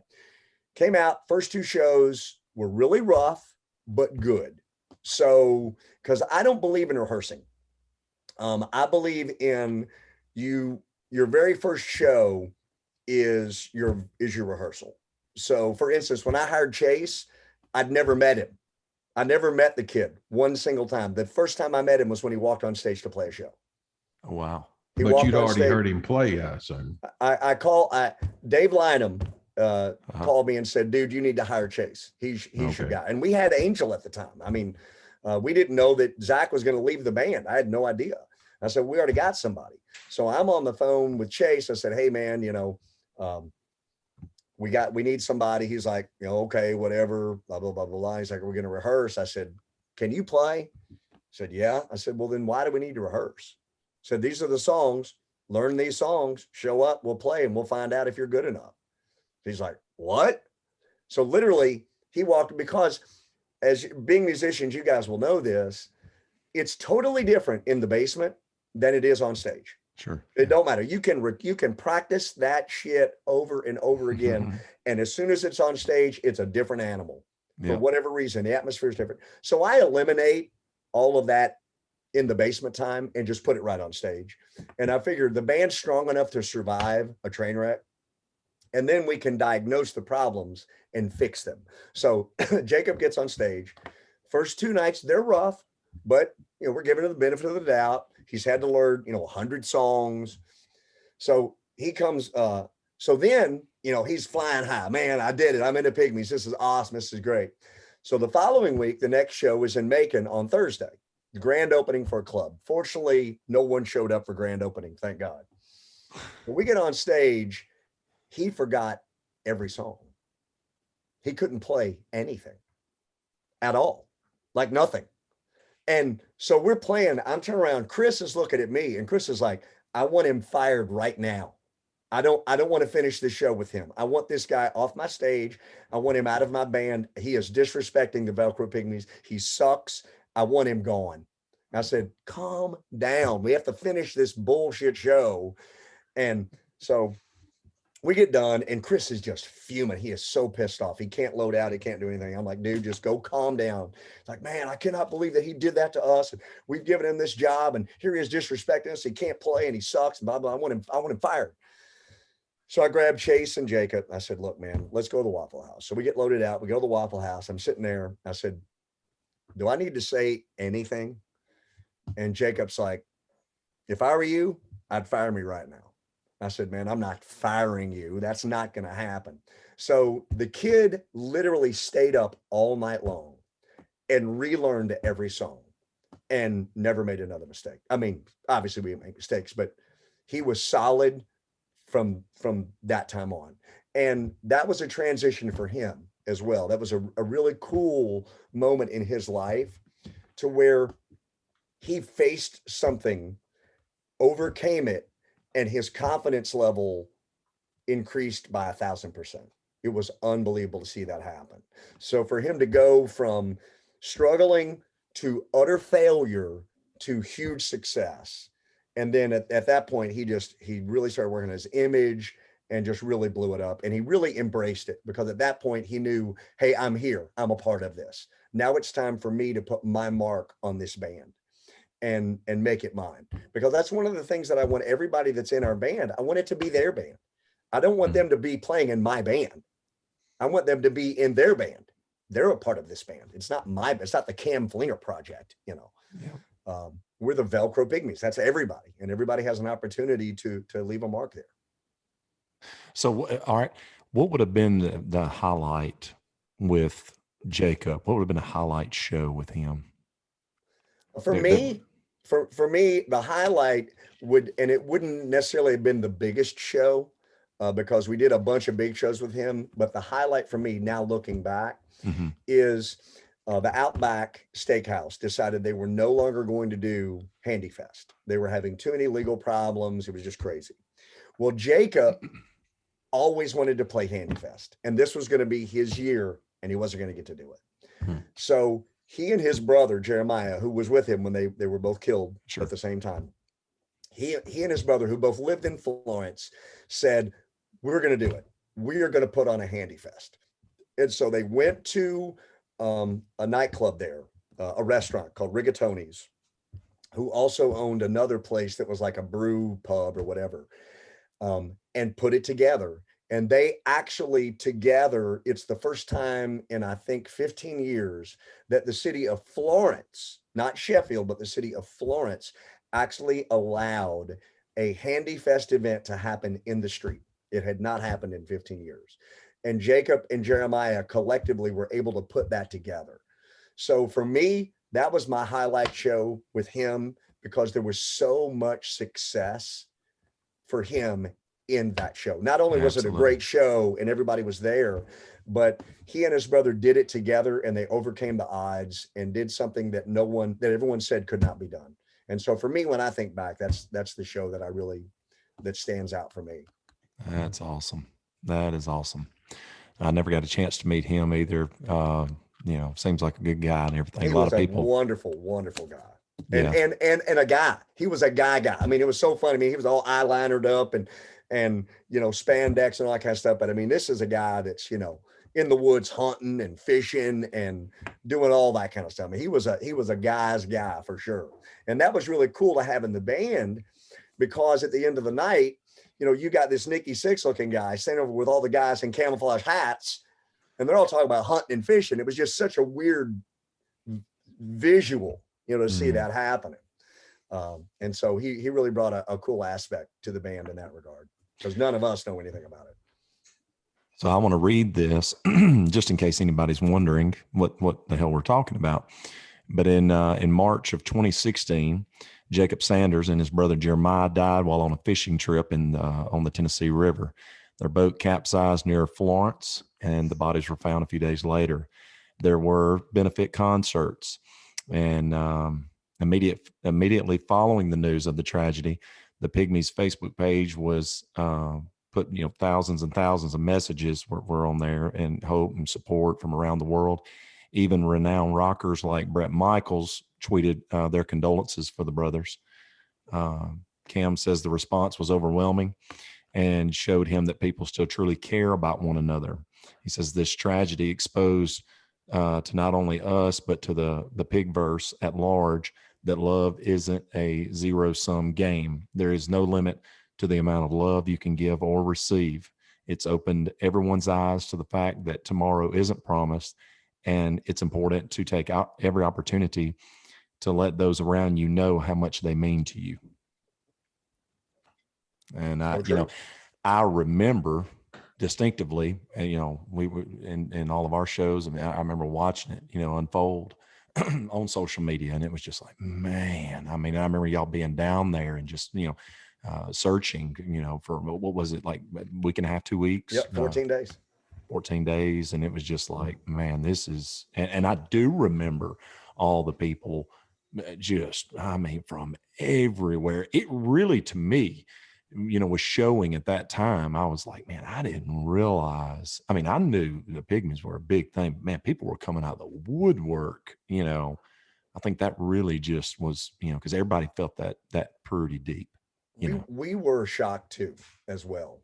It is, one of the biggest problems that a lot of times people have is that they think a little too highly of themselves. And so we tried to not think really highly of ourselves and put it into perspective of what we are. We're a rock and roll band that people come and see on the weekends, and they have a good time. And, that's our part of their life. And whenever Jacob and Jeremiah were killed, we discovered that we mattered. What we do for people mattered a lot more than we thought it did. Mm-hmm. That people felt a closeness to us that we wanted them to, but did not expect it. I never had any illusions that we were more important in someone's lives than maybe we should have been. But we were pleased to discover just how important and how much we did mean to people, and all over the world. It was crazy, just the outpouring of celebrities and just individuals, people that literally were sitting at home in Houston, Texas, whenever they got the news, and got in a car and drove to Florence that night and said, I could either sit at home and wait for updates on Facebook, or I could come here and be here with you. And I just, the torture of sitting at home was too great. I had to come. And it was just amazing. We were just blown away by that. People don't get to do what it is we get to do, and especially what you get to do on that kind of level. People don't get to do that, and a lot of people live a certain life that they live in we've talked about this before, me and J-Rob. They live in a social standard that they think that's the way they're supposed to live, and they go to this job that they hate or whatever, and bring home that bacon, whatever. And nothing but respect for that. I'm not downing it. I'm just saying that when they come to your show, or they come to somewhere and they're like, hey, this guy knows me and he's living a life that I really wish I maybe could have, tried to do or whatever. Some people, I'm not saying everybody, but sometimes it's like peeling an onion. You start to see them just all of a sudden become back to, and I think I saw this in one of your videos, and it really rang a bell with me. All of a sudden they go back to when they felt free as a teenager or a younger person to be able to hey, I don't have to feel burden right now. It's a Saturday night, man. Let's have fun. This, you know what? Remembering how to live again. Yeah. You don't have to get drunk or Enjoy high it. to do that. No. You can actually do that. And it's okay to do it yourself and not be out of your mind and allow yourself to be what we're trying to give you during those, few hours. Sure. Yeah. I try to remind people that growing up and growing old is a choice. And society uh, tells us that's what we're supposed to do. And so I remind people at our shows that the songs we're playing, these are the soundtracks of your life. It's okay to be happy. It's okay. I tell people I have someone come up and woman will be taking a picture. She's like, oh, I'm going to send this to my daughter. I'm like, why? This is your music, not hers. Why are you sending a picture to your daughter? You should be enjoying us. And I think a light bulb goes off in a lot of people's heads. And they're like, you know what? This guy's right. I am choosing to be lame. I don't have to be, Mm. and I think it's really waking a lot of folks up that were not necessarily asleep, but society had just sort of put them in this state of maturity where you can be immature without acting immature. And Right. we see that all the time at these shows. I mean, people come out, they're like, I feel like shit the next day, but oh my God, I sure had a good time last night. Had a great memory of it. Yeah, exactly. That's the other Um, thing with the phone deal too. Like, I wish more people would not worry so much about trying to record that moment or send it to somebody else or post it, and just actually put that thing away and enjoy Live it. that moment Yeah. for yourself. Put it in here. Don't worry about any other devices or anything like that. Just enjoy and soak it all in. We see people all the time that, and I call them out, where you can tell that they're looking at the people that are having fun. And Mm. it's sort of like, wow, that looks like a lot of fun up there. Like, right. Come join us. Yeah, get in on it. All you got to do is come be a part of it. I mean, you're not allowed to participate. And I think that wakes a lot of folks up. They're like, oh my God, you know what? And I tell people during the show, I was going to say something really profound. I said, tomorrow you'll think back about tonight and you'll realize that you started having fun when you started having fun. And so few people, that kind of clicks a switch in people's brain. They're like, you know what? He's right. I mean, when I start having fun, that's when this will be fun. I can Yeah. sit out here and be lame. And so I feel like there's a certain amount of therapy that goes on at a Sure. Velcro Pygmy show. I think there's some people that come out that need what they get. And a Mm. lot of times they don't know they needed it, but they leave thinking, man, I really needed that. I needed that release. I needed that energy to just flow out of my body. Otherwise I was gonna explode. Yeah. I was gonna melt down. let's mend the bridges here, though. I believe you don't have any kids, right, Cam? Nope. Nope. You are We married. got three dogs and a squirrel, You have a squirrel? a pet squirrel. Yeah. Oh, sweet. She's amazing. Awesome. All right. Sorry, that kind of threw me for a loop. But, Right. It does. Most people it does. It's funny. We'll have just as a quick sideline. When we play these all ages shows and parents bring their kids to the shows, they always, it's like the kids never want to go for the rock and roll. They want to go because I'm the guy that owns the squirrel. They're like, yeah, they didn't care about coming to hear the music. They just want to meet the guy that had the squirrel. So I mean, the squirrel comes, I mean, it's not just staying in a cage all the time. It comes. no, we've got her. We have her, and the cage is more to protect her from the dogs than the other way around. But we've got this big 12-foot cage in the house that has got a tree in it and all this kind of stuff. And then we bring her out. We put the dogs out so that they can't interact. And we get her out and she just runs around the house and just does squirrel stuff. That is freaking awesome. That's Man. amazing. Yeah. It's like She's somebody really having cool. a monkey, you know? Yeah. She's 8 years old.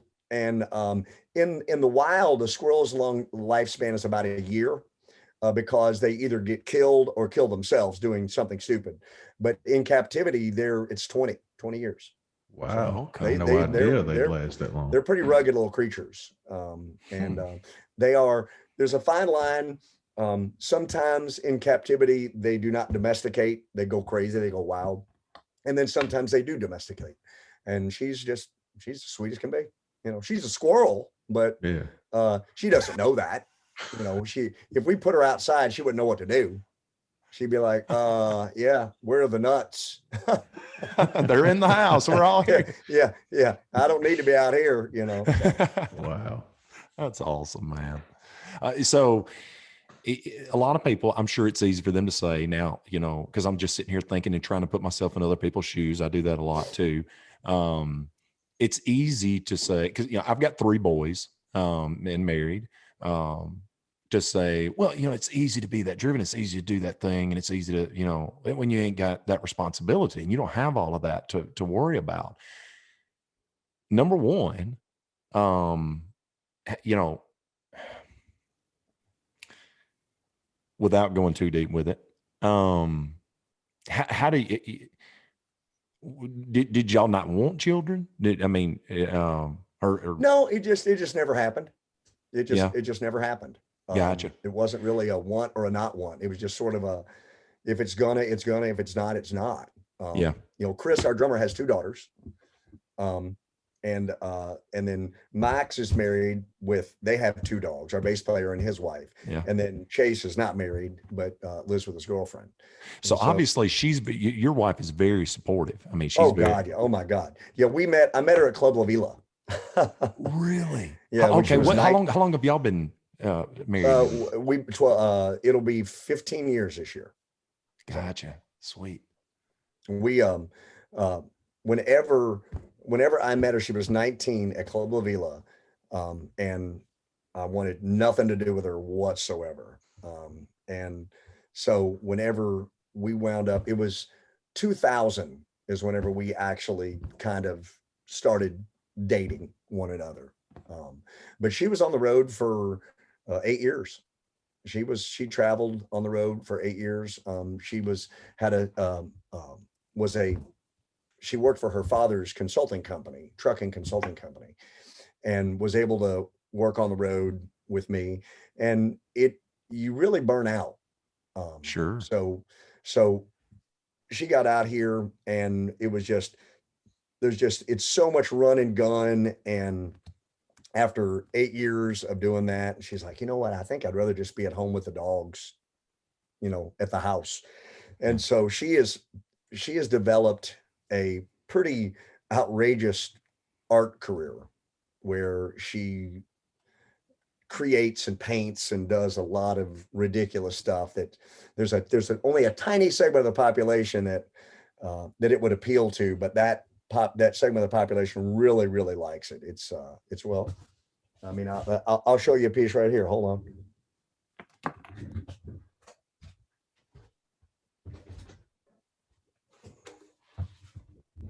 Oh, wow. Yeah. That's really cool. So it's some stuff like that, and a lot of furniture, and a lot of other really cool things. So it's nice. So our entire house is basically an art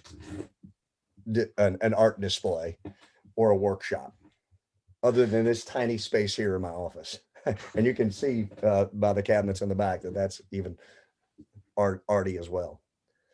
Yeah. We were talking to, I believe it was Jason Miller that was saying that about how, you know, and we were talking about how important it is to have the person at home to be very, very supportive, or it's going to be, you know, and get it, understand it, not be afraid of it. I mean, that's a critical part of what's going on, is to understand the smoke and mirrors that are associated with what we do. Mm-hmm. And understand that the characters that we play on stage are just that. And we want the audience to embrace that. And even if the audience knows that those are characters, we still want to be those characters, because, you know, if you go see a movie and Ben Affleck is Batman, you know, he's not really Batman, but you want him to be Batman in that movie, you know? Yeah. So, and so it's really important to have a perspective in that regard as to the reality of what we are. Well, and that's when I was saying, mend these bridges. If anybody's, listening and they're maybe thinking about, well, I'm fixing to get married, whatever. Okay. Well, Cam has done all of this, Yeah, and he is married and he's sure. been married for a long time, Yeah, and, he's made it work. So yep, it's yep. all about how much you really want to do this and how much the person that you're with is okay with your dreams too, you We, know. I see that in back to early in our conversation, when I said, people get yokoed all the time. And a lot of girlfriends or wives will become intimidated by the band. And that turns in, it's very seldom is a band problem the band problem. It's always from something else. And I have learned that. So as soon as someone starts to have an issue on the road, I know that means there's an issue at the house, because the band is always an easy blame.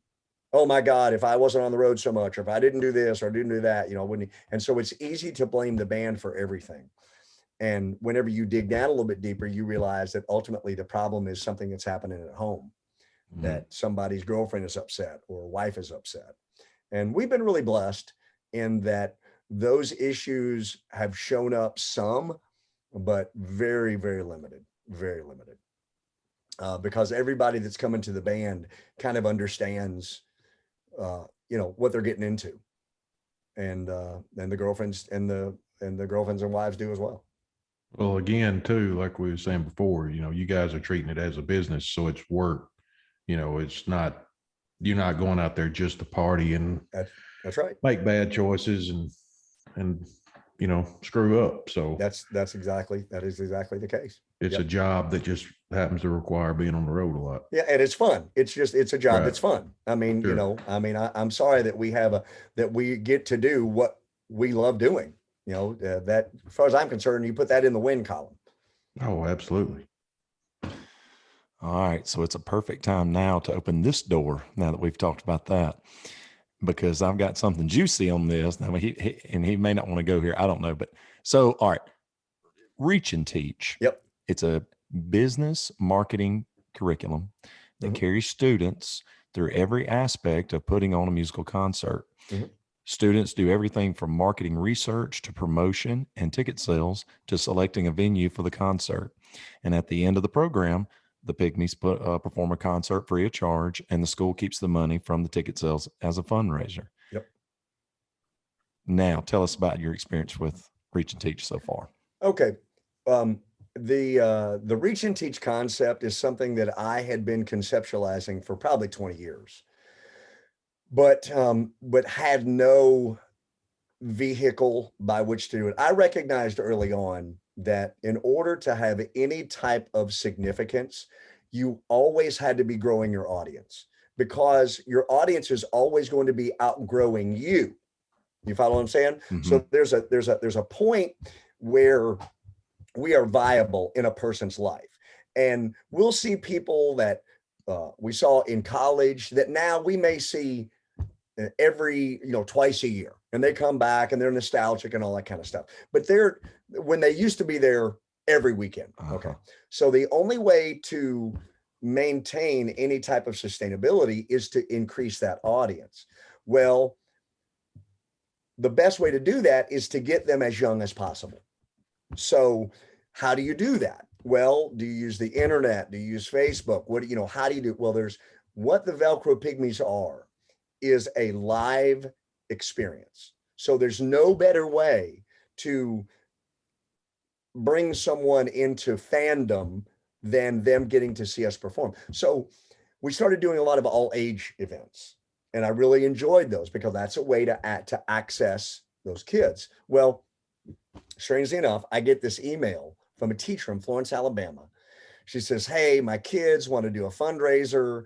I got some kids that want to go to California and compete. We need money. The kids are thinking about doing a concert. It's for FBLA. What do you think?" Well, Bill, our manager, responded with a not a chance, not going to happen. Pygmies don't play for free.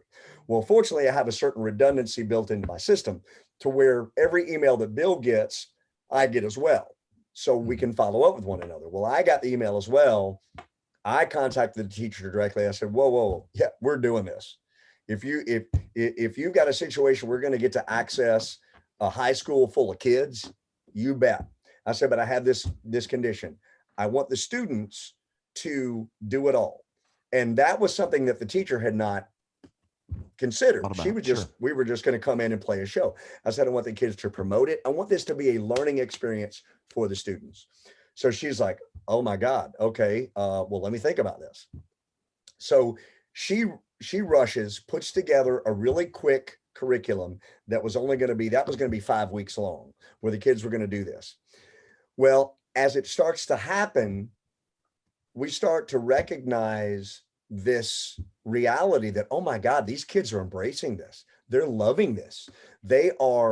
This is no longer something that they have to do. This is something they want to do. These kids want to work on this project. They are invested emotionally in this thing, which whenever you get emotionally invested in something, that's when it matters. That's when you know you've got something. Whenever an athlete is emotionally invested in winning the game, that's when it really matters.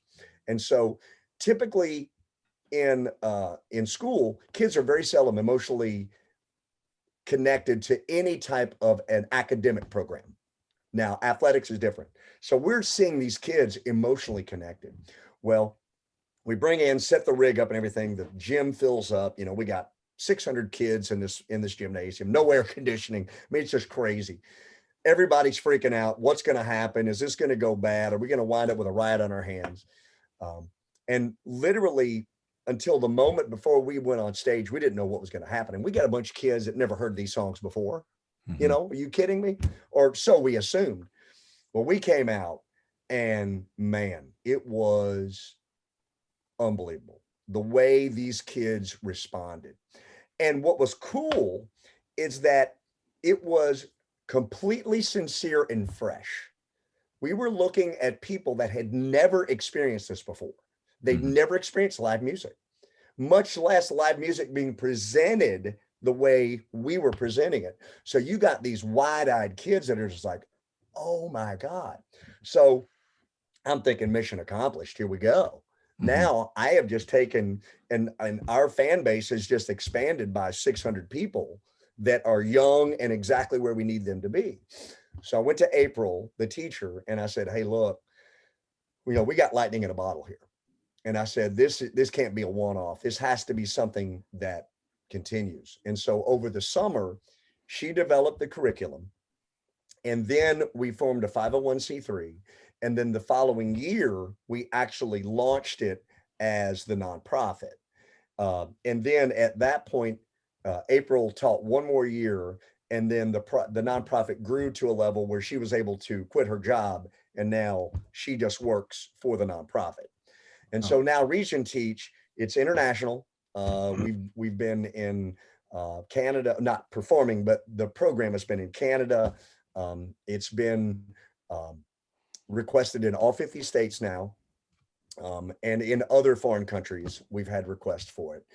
And whenever the pandemic hit, we'd expanded our roster to 6 artists. So we had 6 choices, and we had 20 events planned for the fall.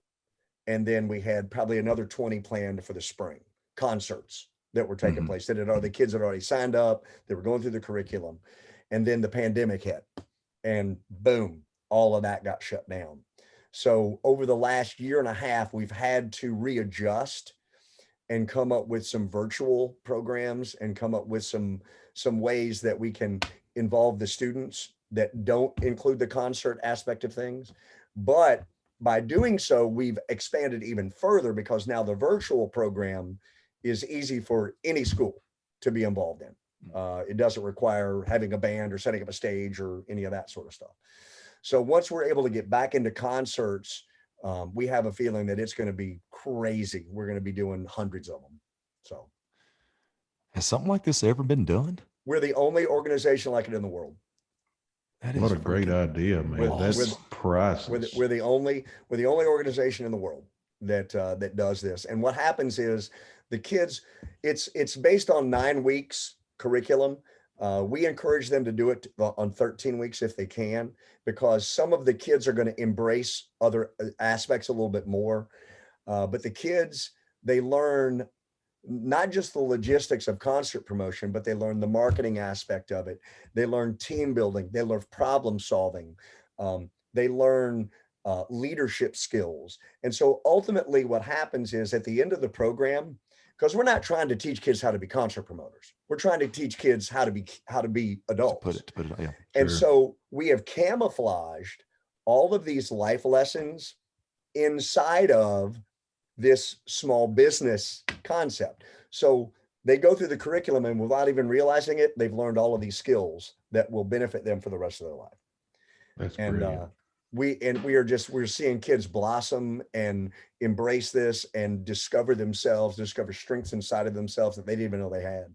It's pretty remarkable. And playing for these kids. And then we at every performance, we invite 3 or 4 of the students to perform with us. Mhm. So if you've got a guitar player or a vocalist or a bass player or whatever, we'll work with them and then bring them up on stage and let them perform. And I tell you, nothing changes a kid's life Oh, like yeah. standing in front of 1,000 of his friends and rocking the balls off the place. Yeah, Man, with couldn't that kind imagine of that. show behind them too. And, Exactly. Oh, man. These kids go from zero to hero just like that. They'll It's take that absolutely to their how it works. grave, man. That So it experience. is without a doubt, it's the most rewarding thing that we've done with the band ever.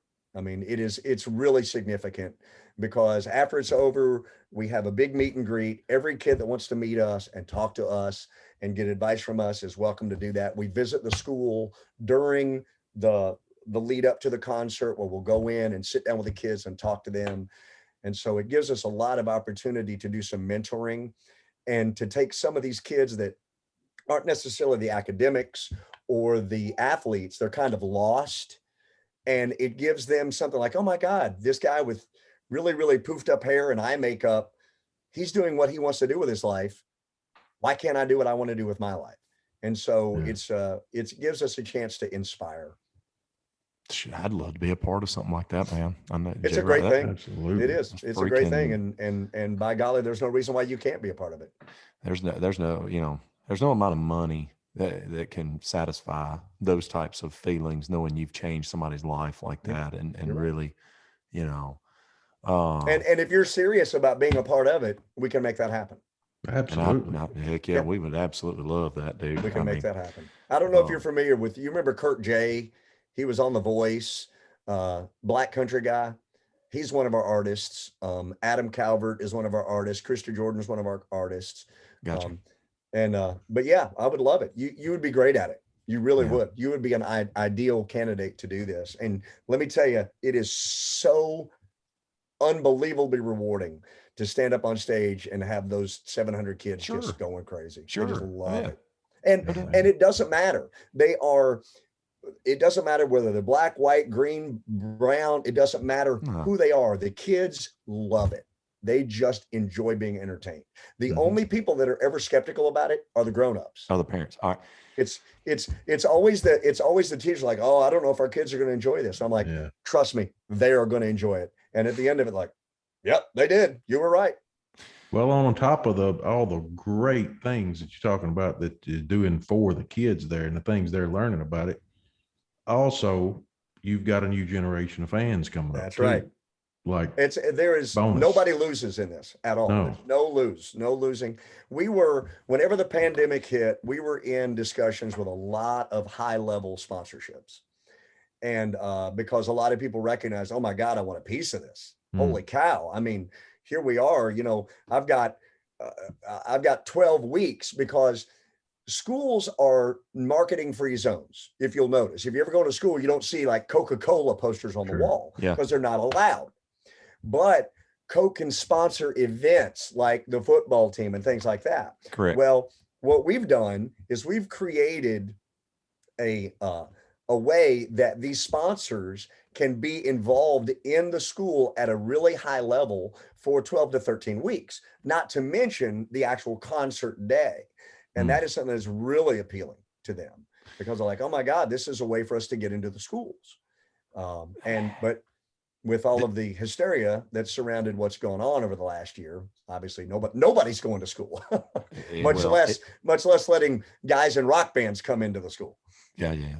Well, it screwed up a lot of people in most careers. So there's a lot of weirdness there. But this is something that could be above and beyond Velcro Pygmies and later in life when you can't even do it no more. You know what I mean? I mean, there's no telling where this could grow into. Yeah, we've been approached by record labels. We've been approached by management companies because people recognize that, oh my God, I've got a young artist. This is the way to launch them. Sure. I could send them out in a van and they could play clubs on Thursday nights for 4 people, or I could put them in the Reach and Teach program and they're going to play for 700 kids every show. Yeah. Not only that, but they're going to have a focused 12-week promotional campaign where every kid in that school is downloading the Spotify and going to the website and the Instagram. It just, you can't get that kind of promotion. And so everybody really wins. There's no downside for anybody in this. Now, speaking of, the adults being the ones to throw the turd in the punch bowl. Oh, yeah. Let me read this. And I'm not going to give a name. I'm not going to give the school name, nothing that, but sure. A superintendent said she canceled the Velcro Pygmies concert portion because videos on YouTube she deemed inappropriate. She originally posted a statement on her superintendent Facebook page Thursday night, but has since, this is back then, but has since removed the post. While G-rated material is a minimum requirement for school events, our schools will not promote or endorse a band with X-rated material online, she posted on Facebook.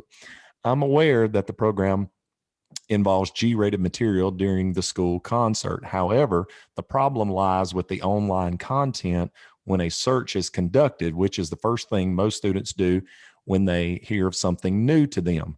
We will not be the link to such material. If anyone has any questions about my decision to change bands, please take the time to view videos of the band on YouTube, she said on Monday. I would never allow anything I feel is bad for the children. Cam said there had been a lot of misinformation circulating about the Reach and Teach curriculum and the Velcro Pygmies. Yep, absolutely. We wound up with, there were 2 instances where we had a saboteur. Ultimately, what it came down to was there was an individual who felt like that they had been done wrong. And it's funny because the superintendent was kind of a victim as well. Someone that felt like that they had not been given the correct amount of respect. And she was just a fan of the band. And some other things that had occurred. It's a long story that I won't go into. But anyway, this person kind of made it her life's goal to attempt to sabotage us. Well, there was no way she could sabotage the band at a club. That wasn't going to happen. But when we started doing this, she would start to reach out to the superintendents, and 2 of them responded. And this was one of them that responded back. And over the course of further investigation, we discovered that there was a family connection between this individual and the superintendent. So there was a collusion going on there.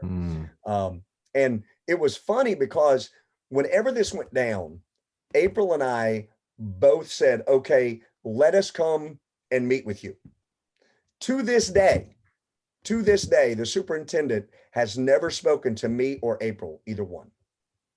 Repeated phone calls to her, both of us. She refused to take our calls, would not speak to us at all.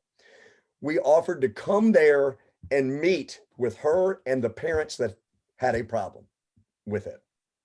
I also asked through certain channels, I said, well, what if Eddie Murphy had agreed to come talk to the kids at the school? Would you turn him down?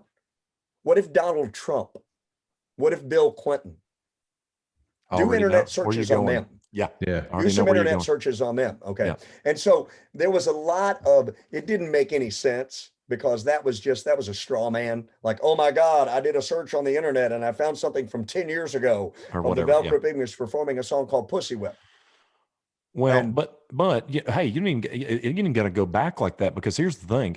There's a place for everything. I Sure. mean, we're not going to watch, Friday the 13th in here with my little kids, right? You see what I'm saying? But me and my Yep. wife want to watch a movie, whatever, if you're That's at the bar, you want to hear Pussy Whip or whatever, That's you know right. what I mean? That's right. If you're at the school, it's not the place for it. You don't That's wear right. your bikini to school. That's You right. you see what I'm saying? But you go to Exactly. the pool and you wear your bikini. I mean, this, once again, this is entertainment. Yep. You said it best a while ago. When you go and you put on that show and you're that character, right? For that particular situation, it's you're not getting up there. You're not saying, hey, we're going to bring this, whatever rated. I can't believe she said X-rated even of, because Well, that's what she had to retract.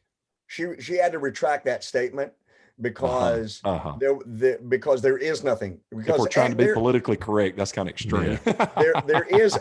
there is a rating system. So G is this, PG is this, R is this, and X has a certain it's straight frontal sex. nudity, intercourse, Yeah. And so we forced her to retract that statement because that was a lie. And we threatened her. We threatened her with slander and said, look, I that remember isn't this true. going down. Yeah. And Well, so, and as much as she wanted to, and I guess did cock block you guys from doing the show, but she inadvertently asked everybody to, when you find time, go do a search. So she got some views out of it. I guess. It was huge. I mean, we spun it. We got so much media out of that thing. It was crazy. And she wound up looking like the fool. I'm sure. In that deal. And the thing is, what was so awesome is that the kids that had worked on the show did it anyway. They did it off site. The kids did the show anyway. Nice. They said, you know what?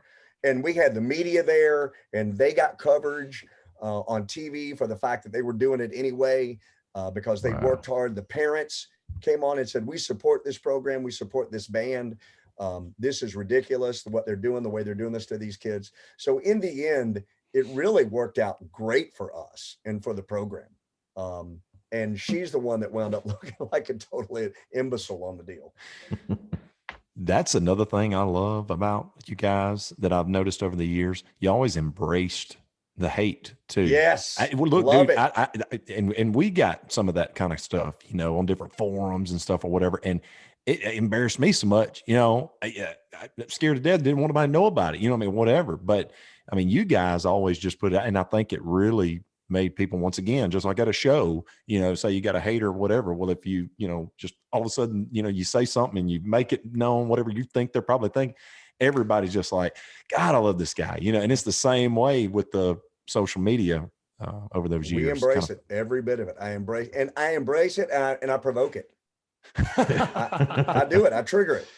I'm not afraid. I mean, when I put that picture of myself up with, I've got it right here. When I put that picture of myself in the AR online, people went freaking crazy, and I knew they would. And I can manipulate those people so easily. And it's funny to me that they don't recognize that I have the ability to pull their strings, and they let me. I'm just like, do you not understand how weak that makes you look? Yeah. That I have the ability to manipulate you into a response however I want, whatever I want you to do. I can make you dance however I want you to with what I post. So so I embrace it and provoke it many times. That's awesome. Damn, have you ever heard of a band called Twin Soul out of Memphis? I don't think so. It's possible that I have, and I'm just not aware that I have. They're 80s rock band, really good. But Charlie Belt, the lead singer for them, we had him on the podcast, and actually it was our second podcast. He said that he saw you guys at the dock in Jackson, Ridgeland, back in the A gazillion years ago. late 90s. Yeah. Yeah. And that this was before my time. I was still in high school, but me and him ended up becoming, really good friends and everything. And but he told me that's kind of what inspired, one of the things that really inspired him coming in, to They even get into music, period. Yeah, just seeing you guys.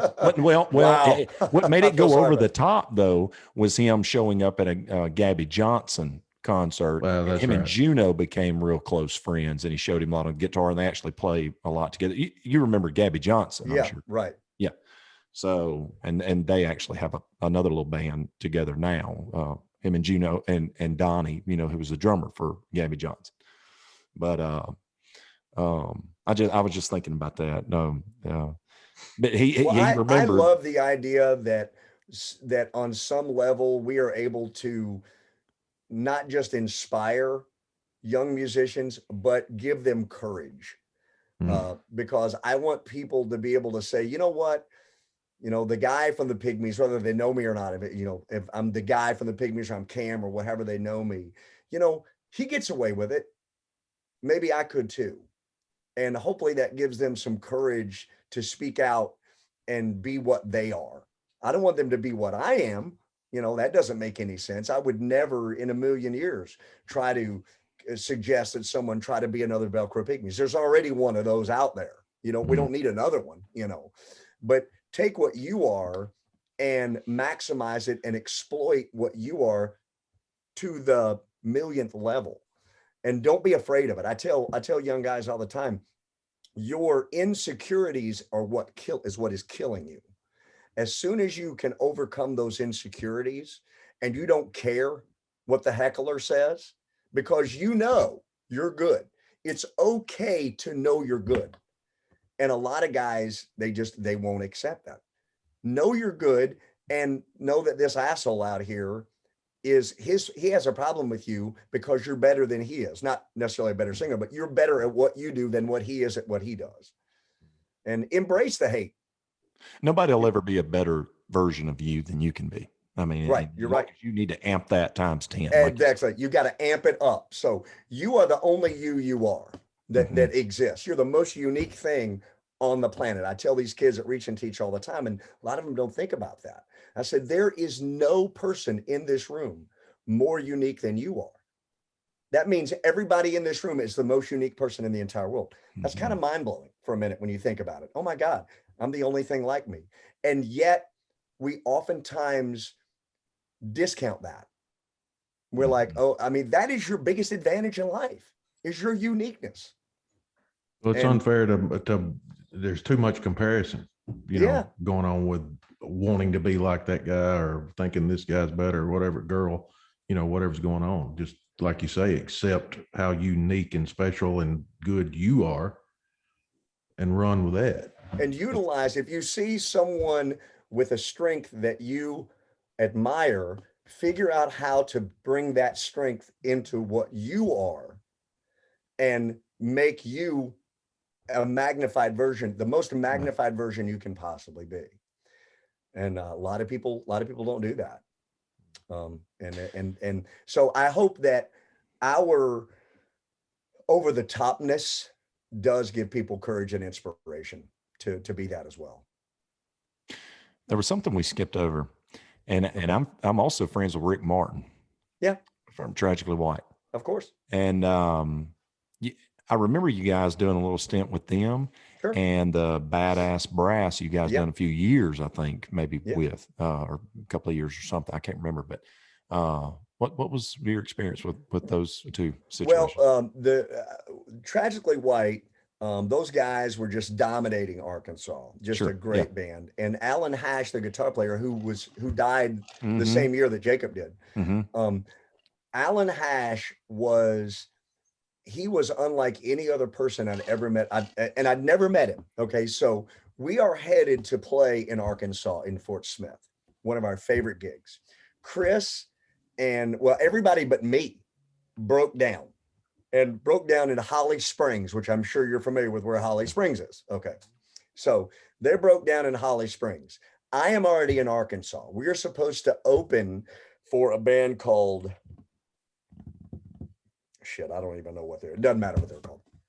We were supposed to open for a band that night, and these guys are broke down. So I get on Facebook and I post up just something, hey, our guys are broke down in Holly Springs. Well, I get this phone call from an unknown number. It's Alan Hash. Hey man, this is Alan. I'm the guitar player for Tragically White. Okay, hey man, what's going on? He's like, dude, big fan of the band. You guys were a real inspiration for me, because he's from Louisville.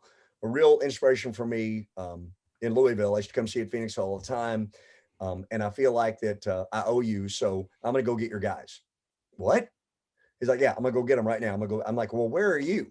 He's like, well, I'm in Arkansas. I'm gonna drive there, pick them up, and drive them all the way back to Fort Smith. I'm like, dude, are you kidding me? He's like, no, Wow. you just tell him I'm on the way. And he did. He freaking drives down there, picks them up, brings them all the way Little Rock, around Little Rock. Brings them all the way. So he drives the wrong direction, turns around, drives all the way back, brings them to Fort Smith so that we can have our show. And that's the first time I'd ever met the guitar player for Tragically White. I'm like, you got to be kidding me. You're the coolest guy on the planet. Wow. So we start to develop a really friendship there. Well, then those guys, we're playing in Little Rock. We're scheduled at Little Rock at a place called the Smokehouse. And we played there a few times, had a couple of decent shows there. Well, Tragically White was really, really big there. Well, Alan calls me. He's like, hey, man, I see that you guys are playing there on such and such a date. Would you mind if we open for you? I'm like, why would you open for us? You guys are rock stars here. He's like, that's why. He said, if we open for you, everybody will come and they'll get to see you. I'm like, how cool can you be? Yeah, Wow, But man. Alan got it. Alan understood that even though we all may be on different teams, we're all in the same league. And it's important that the league exists. Alan was a big picture guy like I am. He understood those clubs have to be there.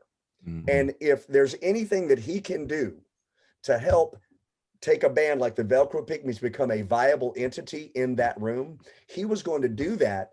Otherwise, that room was going to go away and he wouldn't get to play there anymore. So it's not a zero-sum game like a lot of people think that it is. We all have to work together. So at that point, we started bringing them on the road with us, and they would come down and they would do Tuscaloosa, or they would do Phoenix Hill, or they would do Auburn. And so we started to open up some markets for them into our area, and it really expanded. Now, when Alan died, a lot of that changed, and they kind of contracted back to where they don't travel very much anymore. Now, man, some of the best ones die young, dude. Oh God, how about it? And then as far as the brass is concerned, I had this crazy idea, and I'd had it for years and years and years, that, and it goes back to, you remember Extreme's Get the Funk Out, the song Get the Funk Out? Okay. And then there was a couple of other, like Aerosmith had a couple of tunes that had some horns in it and things like that. I thought it was a really unique sound. So I always wanted to incorporate a full brass section into the show. Well, I had friends in Louisville that were horn players. And so I gathered them up. I said, look, nobody is going to buy into this. Everybody's going to think I've lost my mind. Okay. And they did. The whole band thought Cam has lost his mind. And so everybody had this vision that I was trying to turn the band into a lounge band. And we were going to have horns and that kind of thing. Well, and you're fixing to have to pay some more people too. I said, oh yeah. I said, that's not what's going to happen. Nothing about what we do is going to change. We are going to be exactly the over-the-top pop metal band that we are. I'm just going to add an element of brass in there and see what happens. And everybody's like, okay, whatever, you've lost your mind. So we did the first one at Phoenix Hill, and oh my God, when that hit, everybody's eyes got big as saucers. Everybody in the band was like, this is the greatest thing ever. Like Metallica this is stuff. Freaking believable. To hear a Motley Crue song with a horn section, or a Poison song, or Kiss, or Metallica with a horn section, and basically all it was doing was it was filling the space that a rhythm guitar would have filled. Okay. But it was a brass sound. So sonically it worked. So it was pleasant sonically, but because it was an unusual sound, it really, really took it over the top. And so we toured with them for probably 4 years. And then those guys developed a brand so big that now they tour the world with all kinds of people. So the Nice. Badass Brass, they've been on Fallon 3 times. You know what? I seen Man. that. Yeah, I seen Yeah. where they were. Yeah, they're cooking Yeah. it. Yeah. They travel the world with a Beatles tribute. They travel the world with some other they're everywhere. They're all over the place. So the Badass Brass is they exploded. Those guys really took it and ran with it. How many of them was it that was with you There's guys? 3 of them, and they are featured on the new song that we just recorded. So the brass is going to be on the new song. They just cut their parts, and we will probably, once we release the new stuff, we'll probably bring them back out and have them do a couple of shows with us. So Are you we, guys, the song you talking about recording, are you guys planning on doing a full album again this time? Or it will depend on how this goes. We're investing. We're doing all the recording at Jesse James Dupree at Jackal's studio in Kennesaw. nice. And so it's going to depend on how this goes, because it's kind of an outrageous concept where we've got horns and a rapper, and I've got background singers, and Oh, just a wow. lot of moving parts on this thing. It's going to be, when people hear it, they're going to be kind of like, wow, okay. Yes, it's Pygmies, but my God, there's so many other elements in there. Uh, So, so we'll see if it works and this turns out the way we want it to. We'll probably go back in and then record an entire record Hmm. around that concept to Gotcha. where it's the Gotcha. same, to where it all fits together. So we're letting this be the flagship. Now, if it's miserable and we hate it, then no. But if it Right. turns out the way I've got it visualized, then we'll probably go back in and do it. And I think that's cool. we've got a couple of outside writers that have brought us some materials that we're really interested in, that are really cool. So once they kind of heard what we were doing and what our concept was, we've had some people reach out to us, and so we're gonna have some stuff to choose from, which will be pretty cool. So I think it's awesome that you're, thinking outside the box with oh that yeah, and trying absolutely. to do Yeah, something other than the run of the mill, yeah. I or want what's to shock expected. people. I want people to be like, oh my God, that's Yeah, outrageous. that's awesome, man. I noticed during because everybody that's been on, we've asked them about the pandemic, how it hurt Yeah. them and all that kind of stuff. But I remember last year looking at y'all stuff, and there was a lot of heat from people, Yeah. during all this scared, Uh-huh. crap, or people were just, they were scared of everything. The news was pouring down their throat, and you guys were getting just hammered by some Oh yeah, people, on Facebook about doing shows and bringing loved folks it, together and all of this. So I was just wondering, loved it. because you guys were still, you were still trying to play as much as you could. Yeah. Obviously, you got to put food on the table. You got to keep your business going. And it was like, people were like, "Yeah, you should stay at home," and it's like, man, we got, what are we supposed to do? Quit? Hope that the government's going to take care of us, That's right. And then I think it was Max put up that video not too long ago, and I saw it on Facebook, kind of addressing all of that, But I just wondered what you thought. Well, whenever it all went down, I made a video that it's still up, I'm sure. It was when there were 60 reported cases in the United States. That's the very first video I made. There were 60 reported cases. And I outlined what I thought was really going on. And there were a lot of people, oh my God, you're such an idiot. This video is not going to age very well, and blah, blah, blah, blah, blah. And I would love to find that guy and remind him, looks like it aged pretty well. Looks like I was pretty much spot on everything that I had said.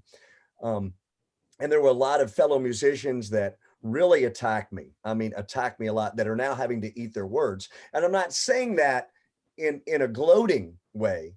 I'm saying that in that people really, there was a knee-jerk reaction there. And for whatever reason, I believe that we should always err on the side of what provides the most freedom, what provides the most individual responsibility. That's what America was built on. Now, I'm not talking about other countries. I don't care what they do, but our country is designed on self-reliance, personal responsibility. So I proposed, let's make sure everyone is given the best information, to make their own decision. And, you know, it's the way people were losing their minds on us playing. It was as if we were having secret shows and we were rounding people up in vans at gunpoint. You know, like, oh my God, I can't believe the Pygmies are having a show. Look at all of those people that we had to lead in at gunpoint to have fun. These people, not only did they show up, they stood in line and they paid a cover to get in. They wanted to be there. They wanted to be there. These people are smart enough to know. And so it really frustrated me that there were so many people out there that decided that we were not smart enough to have any freedom. I think it's pretty ironic that you're only allowed to have freedom up until you need it. Then you can't have it anymore. So it's great to, oh, let's cloak ourselves in the flag and we're free to do what we want to do and freedom this, freedom that. Wait a minute, there's a pandemic. You can't be free anymore. And so, and as I pointed out in my very first video, this is a problem that solves itself. If you're afraid, you're not going to interact. You're going to stay home. The problem if you have solves underlying itself. major conditions, by all means, you know, if you think that you could possibly not make it through a flu or a COVID, you know, you probably don't need to be rubbing elbows and with everybody and coughing. I got accused, and we got accused of trying to tell people to be unsafe. That never happened. I got accused of saying that it wasn't real. That wasn't true. I've never denied the reality of this thing. Of course it's real. Sure. Now, what it is, I don't know. It might be the cold. It might be the flu. It might be I mean, it does exist. We know that. Yeah. It's the hysteria that bothered me. It is this, how it's become a religion to some people. You know, it is, if you want to wear 100 masks and hide under the bed with bubble wrap, fine. Then I will support your right with this rifle to do that. Okay. Amen. Okay. But don't tell me what I got to do. Exactly. Yeah. That's always, it's a very simple situation, and people just could not handle that. They just freaking went crazy over that. And so I decided, and oh, Cam, you're going to lose gigs over this, and you're going to lose fans over this. And we didn't. Matter of fact, we gained gigs. We had more people calling us saying, look, I know y'all will play. We need a band. I know you ain't scared of this. And so our calendar benefited from our being outspoken over it. We played a Trump rally that was freaking crazy because of that. We wound up playing a Memorial Day event, or no, excuse me, Labor Day event, because because I was so outspoken over it. And at the shows, instead of being really wishy-washy and vanilla about it, I take a stand. And I let people know where I stand, because I believe that it's important to put a bright red line. Hey, the band you're watching, okay, we believe in freedom. We believe in having a good time. If you're not a part of that, then we're not the band for you to see. Okay. If you are easily offended by that type of language, then you don't need to come, you don't need to be at this show. And that's what I put out on our social media, and that's what this shirt means. And it's worked very well for us. And the people that I turn off are the people that ain't come to see Velcro Pygmies anyway. We're not losing anybody. I mean, there's a lot of internet trolls out there that have a problem, and probably people that watch this podcast who will probably get a bunch of messages and a bunch of haters screaming and hollering about it. I'm sure. Yeah. Don't care. I don't care. Okay. I don't care. So yeah, but at the same time, I would never, ever, ever, ever expect anyone to do something that made themselves feel unsafe or uncomfortable. I would never propose that. I'm not for a non-mask mandate where you're not allowed to wear a mask. By God, freaking wear a face shield. I don't care. Wear a damn bubble suit. It don't matter to me, but don't tell me that I got to. That's all. Love That's it. all I'm trying I to say. love it. I mean, we're all three on the same on the page. same with page that, for sure. No doubt. 100%. I love it. I love it. Back to what John Schneider said. Remember, he said, this world has absolutely lost its ever loving mind." It has. It has. It is really off the charts insanity. Whenever, if you just let people be grown-ups, Yeah. it'll be fine. Yeah. Well, you're talking about the fans not losing anybody, and go on putting it out there that this is who I am, this is who we are, whatever. And again, total agreement with you on everything you said. But did you ever face any flack with promoters, or maybe some places that you might have played that didn't want somebody so brash? Not really. Available. We have. I mean, you guys are probably above that at this point. I think the clubs that hired us, one of the things that they liked about us is that we were saying the things they wanted to say but couldn't say. And so they put us on stage, and they've got deniability. They're like, hey, I can't control what that idiot says. And so as a matter of fact, this is an interesting story. We're in Fort Smith, Arkansas. And so we went into Fort Smith, and we played there twice during the pandemic. And God bless this club for staying open and jumping through all of the unbelievably ridiculous hoops that make no sense at all. Like, the virus doesn't come out until after 11 o'clock. So as long as we're done by 11, everybody's going to be safe. I mean, it's just, those things are ridiculous. Sure. I mean, political BS. Any fair-minded person knows that stuff is ridiculous. So this club, they're doing everything they have to do. Well, we come in there and say, look, man, we're going to try to have a pygmy show. We realize that pygmy shows get rowdy, but people cannot dance. They can't stand up. They can't. I said, look, that's on y'all. If people are going to start jumping up and down, well, we play. Sure enough, that's what happens. Everybody's jumping up and down, screaming and hollering, and they're freaking out. So the ABC comes in and sends me a note, sends it to the stage, says, you need to tell the people to sit down and stop dancing. And so I just took it and just wadded it up, and just threw it. Okay, not going to happen. These are adults. Okay. Yeah. Okay. So they're pissed off about that. Pissed off. But there was nothing they could do about it. So we go back the next time. Well, between this time and they hadn't been out. Well, they called them when they saw that we were going to be there. Said, look, we're coming. We will be at the Pygmy show. So the club is kind of freaking out, like, oh my God, they're going to be here. So they've got everything set up and right. And so I said, look, I'll behave tonight. So I come out on stage and I let everybody know we play our first 3 songs. And I said, look, I want everybody in this bar to know that this sucks. What's happening right now? How many people here think this sucks? They're all screaming and hollering. I said, look at y'all. You're sitting in these little pods like freaking animals, like a freaking animal. You're being treated like an animal. I said, I want you to know that the club is not doing this. This has nothing to do with the management or the staff. Your government is forcing them to do this to you. They do not want to treat you like children.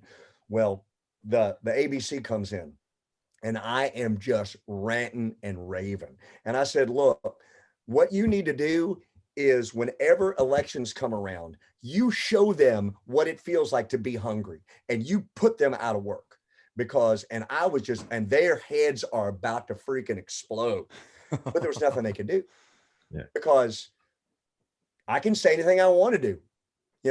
There's, that I have a right, that First Amendment is, it's pretty important, And so there's nothing they can do about it, but just fume and just sit over there and be freaking pissed off because all of these people are screaming and hollering and it's true and it's arbitrary and none of these guidelines or restrictions make any sense whatsoever where you can pull your mask down, take a drink and then put it back up. I mean, give me a break. It's freaking stupid. We wound up, we had another situation most recently in Evansville where the guideline in Evansville is that you could only stand up. You didn't have to wear a mask if you were at a table, okay, all right. So they line tables up.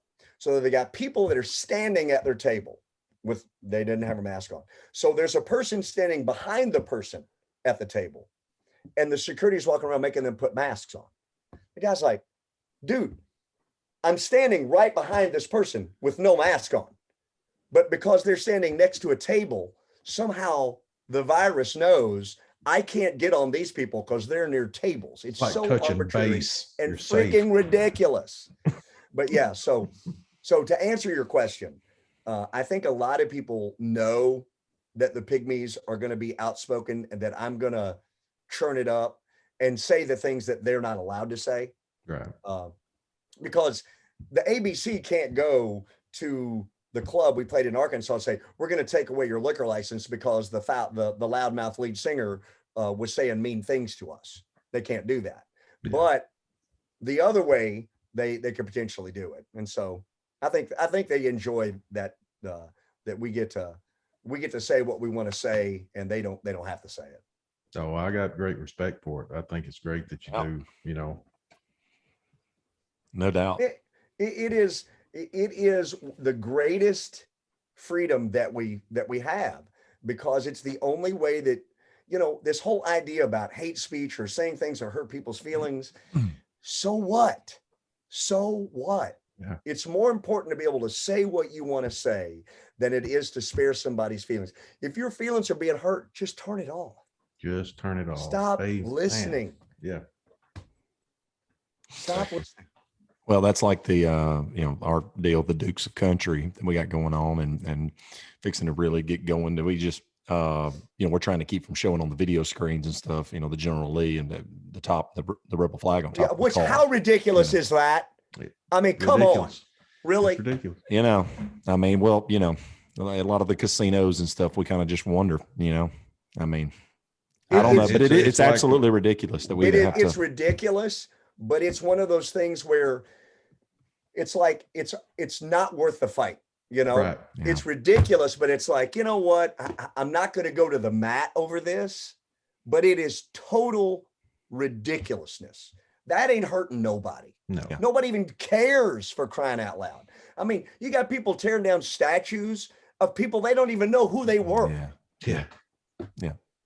We know. It's It's absurd. And on a personal level, I mean, I can't stand having to, bend over for stuff like that. But with our situation getting started, again, how far do you push it? Yeah. To the point of not being able to get a gig. Fully get it. It ain't worth that. Yeah, because you're never going to be able to make a change if you can't be in the game. Exactly. So the only way, you guys got to be on that stage to be able to start to help change the narrative. Mm-hmm. And if you never get that opportunity, then you'll never be able to speak your piece. Right. Well, and what makes it so much, we're actually we're taking them back to a time where political correctness wasn't even really a thing that much, at all. And so guess what? We survived. Oh my God. Well, and it was so much survived. fun. It was so much fun. It was, I mean, people want to be taken back to the time, just like coming to see you guys, in some ways. I mean, they want to be taken back to a time when it didn't feel like you was carrying this big old boulder on your shoulders, and worried about every T getting crossed and I getting dotted and who's going to think this. And, it's like, man, hey, everybody has their own right to feel the way they want to feel. Hell, I was so let down with Coming to America too. I was like, this Walt Disney bullshit. Yep. I was like, man, good Lord, dude. I felt like it was the most dumbed down version of let's don't piss anybody off, dude. That made it so horrible. Man, terrible. Coming to America was awesome. The first one, terrible. Yeah, it is. There are more human beings on Earth right now that have ever been on Earth, which means the things that they're trying to protect us from didn't hurt us. Sure. Yeah. Society survived. So all of these things that were, oh my God, we've got to protect everybody from this stuff. Why? I mean, I could understand it if population was decreasing or if there were, I tell people, only believe what you see with your own two eyes, because you're being lied to every other way. When you come to a Pygmy show, we got black people, white people, gay people, straight people, everybody's there, and nobody cares. And I tell people all the time, what makes the Velcro Pygmies so provocative is not that we care, it's that we don't care. Yeah. I don't care what color you are. I care less. And that's what pisses people off. Like, well, you're supposed to care. Yeah. You're supposed to care that I'm gay, or you're supposed not. And it's never, whenever in the middle of the show, if I see two gay guys or lesbians or whatever, this happens Saturday night, I call them out. Have fun with them. They enjoy it. It's a fun thing. It's not a secret. I mean, we're in a club on Saturday night. There's one black guy in the entire bar. Okay. I could stand around and be like, oh my God, look at this. Instead, I called him out. I said, man, thanks for coming. Now we got some diversity in the crowd. You know, everybody laughed. It was like a big, you know, because they were all thinking it. Yeah. 800-pound elephant, you know, in the room. And I called it out. I defused the situation, turned it into something positive. He had a great time. It was a lot of fun. So it's a thing where the only people that are ever offended by that sort of stuff is never that person. Yeah. Yeah. It's so funny. That's I'll true. have somebody come up and get mad at me because I was funning around with a couple of lesbians, and it's just somebody else. It's not them. I'm like, what's your dog in this fight? Well, that just wasn't appropriate. Go talk to them. They had a great time. You know, I mean, they're standing right there enjoying it. They come to every freaking show. Talk to them about it.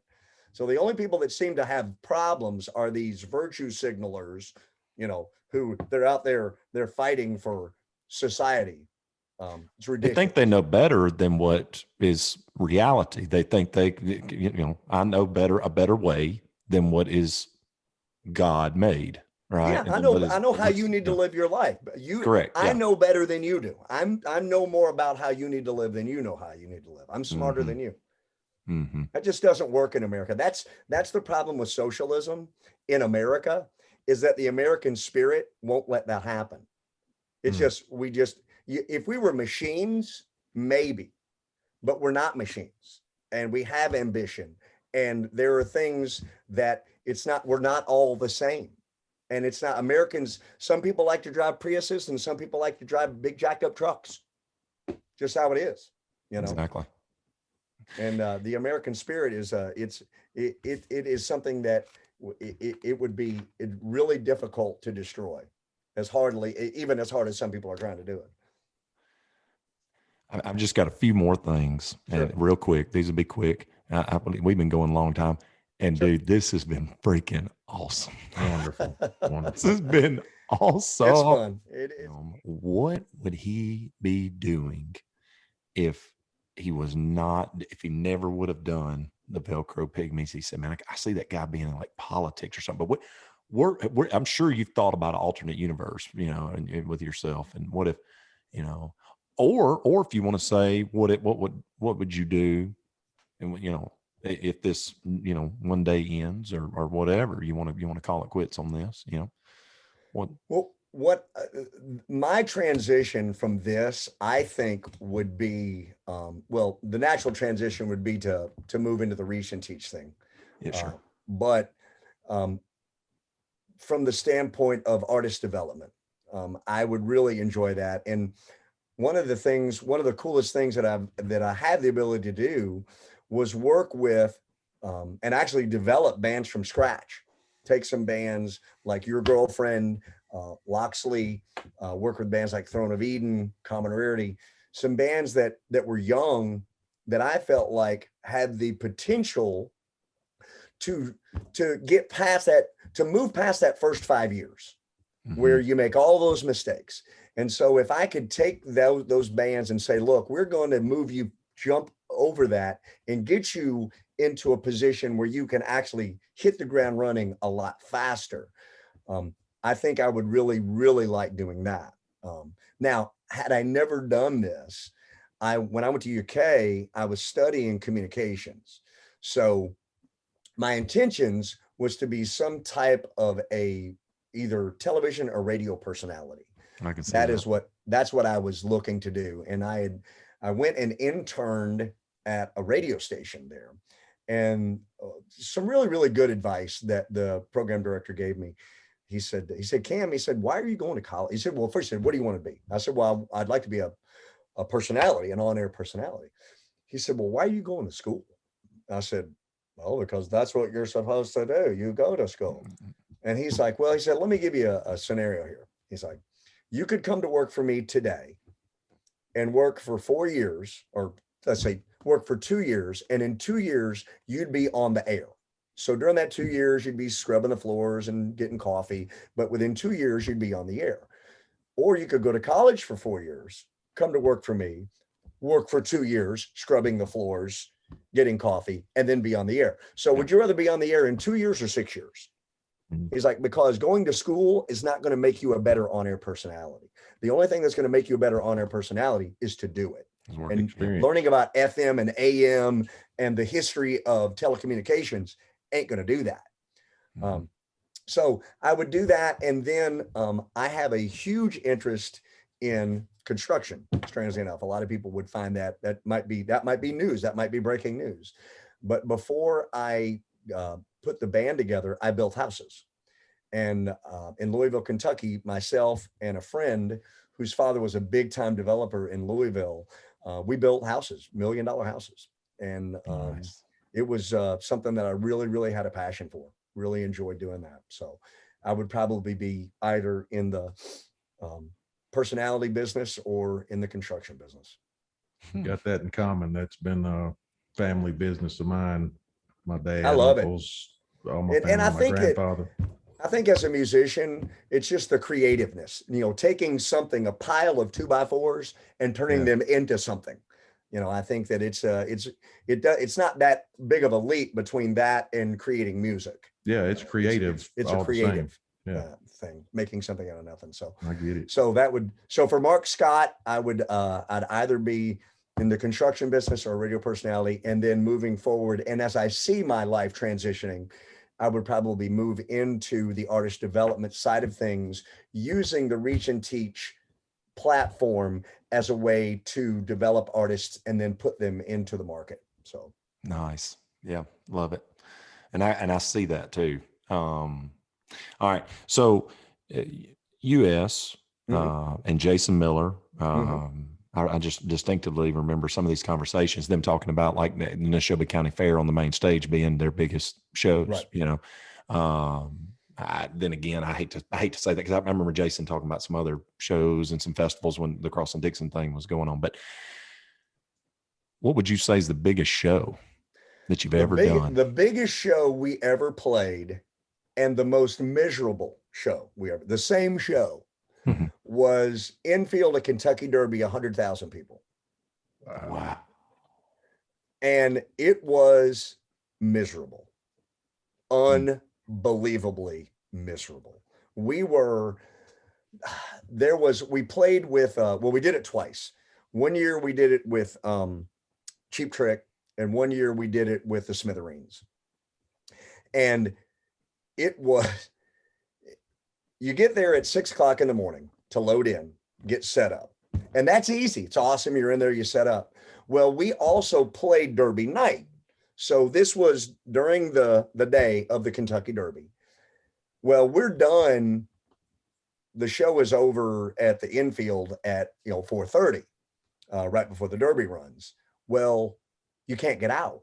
There's nowhere to go. You can't load out. You can't get your gear out. You can't do anything because it's people freaking everywhere. And during the show, you had to stop playing whenever the horses were running. So you might be in the middle of a song and it's just done. So you're up there in the middle playing, everybody screaming and hollering, and the horses take off and you just stop. Wow. So from the sheer number of people that we played for, that was the biggest by far, but it was utter misery, that show. I would never want to do it again, ever. It just god awful. From the standpoint of other cool shows, generally the festival stuff is a lot of fun. Yeah. The all ages stuff, the spring break stuff is a lot of fun. So yeah, Kentucky Derby infield, 100,000 people. That was Killer. that was. I saw somewhere where you guys played the War Eagle Supper Club over 200 times, probably. Easily, without a doubt. We played there. We went in the first time we played there. There were 7 people there, and John, the guy that owned John Brandt that owned the place, he's like, man. And this was a part of that period, anywhere, anytime, for any amount of money, Yeah. that we were doing. And I knew that if we could just get in that room, and once he saw us, he's like, you guys will be our flagship, without a doubt. And so then he just invested all of his efforts in us. And we played, every Auburn, Alabama game there. We played every back to school party there. So it was, that was definitely our home. A lot of history for the Velcro Pygmies at the Supper Club. We were in that very first commercial. Are you ready for some football? Really? Yeah. The very first one. Wow, man. Yeah. Whenever they came out with that, the way they did it was they had a bunch of different bands like auditioning to do it. And so they had like a pop band, and we were the metal band that was auditioning to play that. And then obviously Hank, was the one that did the song. So holy we were in the very first one. And I ask everybody this: what would you tell a new musician coming up to do? And also, what would you tell them to not do if they're really trying to do something? And I'm not talking about the garage kid, I'm not talking about because obviously you need to get out there and you need to see what this is all about, and, try to do something for a few years and really before you can even think about it. But I mean, I'm talking about the ones that's really been grinding and really trying to make some noise in this thing. What would you tell them to do? And what would you tell them to not do? Well, the first thing that I always tell these young guys or girls or whoever it is realize that you have no worth. Okay. That doesn't mean you don't have value. There's a difference in value and worth. Okay. All of us have value, but we don't all have worth. And a lot of these guys never get out of the starting blocks because they're so worried about getting paid. And whenever clubs are not in the business of fostering musical careers. Clubs are in the business of selling alcohol. Clubs are in the business of making money. If you do not have the ability to make that club money, then you have no worth to that club. And so whenever you go into these places, the best way to get your foot in the door is to go in for basically nothing and do what it worked for me. It is a strategy that I worked, and it worked anywhere, anytime, any amount of money. So if you want to get into a place that's really cool, then you go tell them, I'll play for you for nothing. Free sample, just like Baskin Robbins.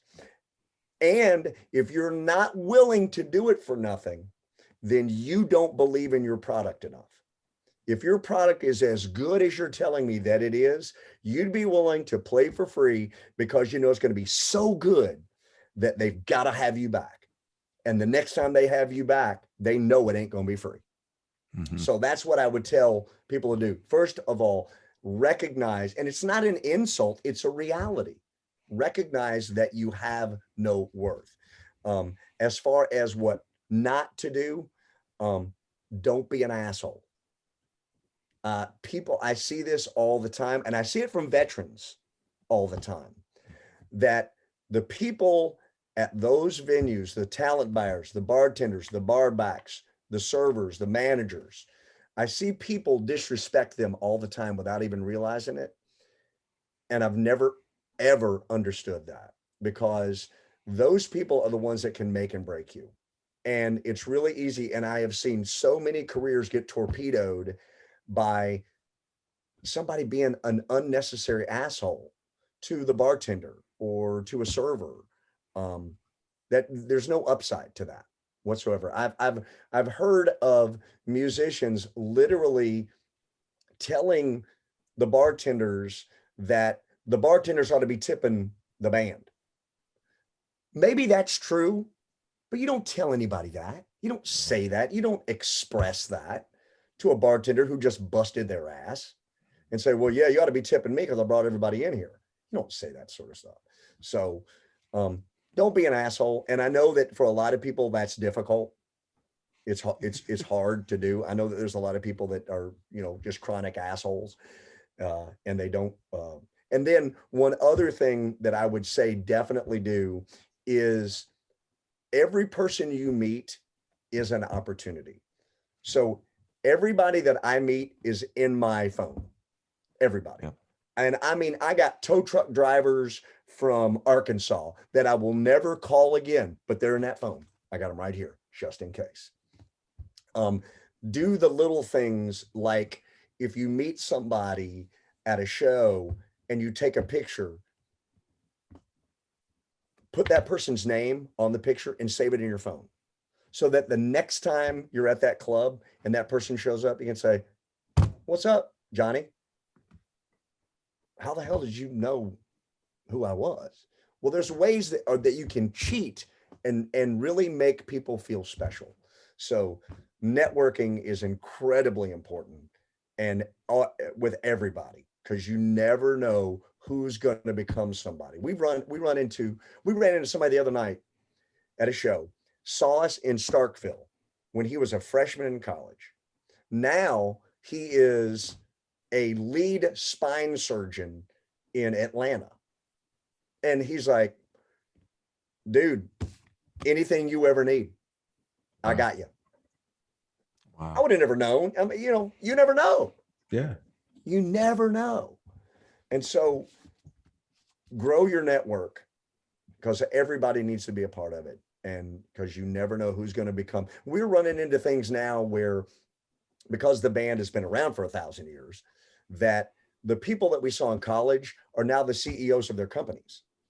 Yep. Now they can hire us for their Christmas parties. Now they can hire us for their corporate events. We didn't know that then, but because I wasn't an asshole to that person, and because I was a good memory in their life, now that's who they want to play for their Christmas party, and they're willing to write a big fat check for it. So. I mean, it's words of gold, man. I mean, Yeah. you are saying Absolutely great. that's it, I don't know dude. about that, but I appreciate it. That's gold. It's worked for me, Mm-hmm. So, And and it comes with a lot of merit, because you're a proven commodity, and that's, I remember early years telling some people that and stuff, and it was like, it wouldn't want to listen to me for sure. But now, it's a different ballgame. I mean, as you prove, I mean, and you've, got that track record, dude. I mean, this is gold, and this is gold for people listening that maybe you're, thinking about that, or trying to really do something in the business or whatever. Or even the fans to hear, because you can use this kind of stuff in your personal life too. Well, and something else I would like to say is that I feel that as dinosaurs and as veterans, and even though compared to me, you're still a puppy at 16 years, but I mean, that's a hell of a career. I mean, my God, 16 years of doing this is an unbelievable career. Again, I never dreamed that I'd be, viable this far down the road. But I feel like as dinosaurs, we have an obligation to the rookies. And I one of the things that bothers me so much is that I don't see a bunch of guys in the rearview mirror like I used to. Mm-hmm. And that troubles me. And we could go another 3 hours on how the reason why I think that happened. And I think that people like Guitar Center were a part of that. I think Clear Channel Radio has been a part of that. I think there's been a lot of aspects that have destroyed our industry because they've made it so corporate, Yeah. And there's not as much incentive to be a rock star anymore. I'm seeing these kids today that are like, man, I don't want to pick up. That's too heavy. What do you mean we got to load in for 2 hours and set up? What do you mean that, what do you mean I'm not going to get to eat? And I'm not seeing those guys in the rearview mirror like I used to. And I think that we, as the dinosaurs and as the guys that have been there, have an obligation to reach back and do everything we can. Otherwise, our industry is going to go away. It's not going to be there, because it can't be dominated by a bunch of grandpas like me. we got to have that young blood in there, and they've got to be excited, and they've got to want to do it. And we're the only ones that can teach them how.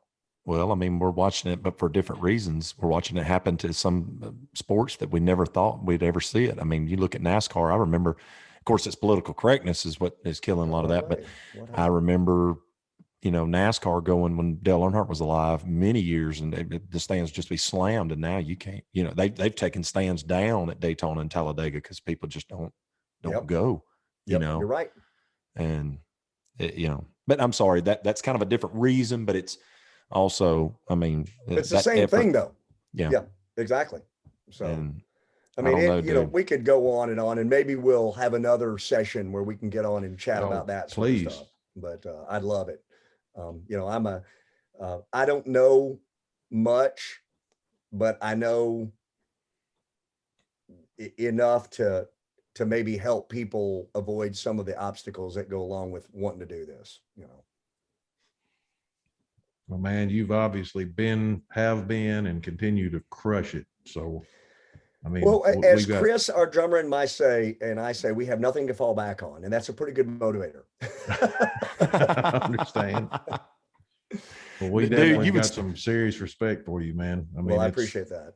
Absolutely great. We recognize that that this industry is not a zero-sum game. There's plenty of space for everybody, and we need more. We need more guys out there doing it and slugging it out. We need more people packing clubs, wanting to pack clubs, doing the things that are necessary to do it. And things like this are amazing because it gives people an opportunity to see another side of the three of us that they're not used to seeing. Exactly. People see me oftentimes they have a certain perception of me with, my hair out of the hat and which I got to do is have to prove that my hair is real every time. Otherwise people get mad at me if I don't prove my hair is real. But it's one of those deals where I can't get my rock. You do a good job of hiding it though. Well, I do it on purpose, that way I can go to the Walmart or to the bank and be normal guy, So I like for people to see behind the scenes a little bit and get to know the inner part of what's going on, and not just that character, that, David Lee Rothy guy that I play on stage. Yeah. No, I totally get it. And I appreciate you guys inviting me to be a part of this. I really do. Oh man, we can't thank you enough, dude. This has been epic. This has been epic. Wonderful. And definitely later on, or anytime you get ready, I'd love to do it. Well, of course. Absolutely. Love it. Anytime, I'd love to be a part of it. Well, thanks guys. And let me know anything that I can do. Thank you, brother. Love you, man. And I'll be talking to you, I'm sure. Okay. See ya. Bye. See you, brother.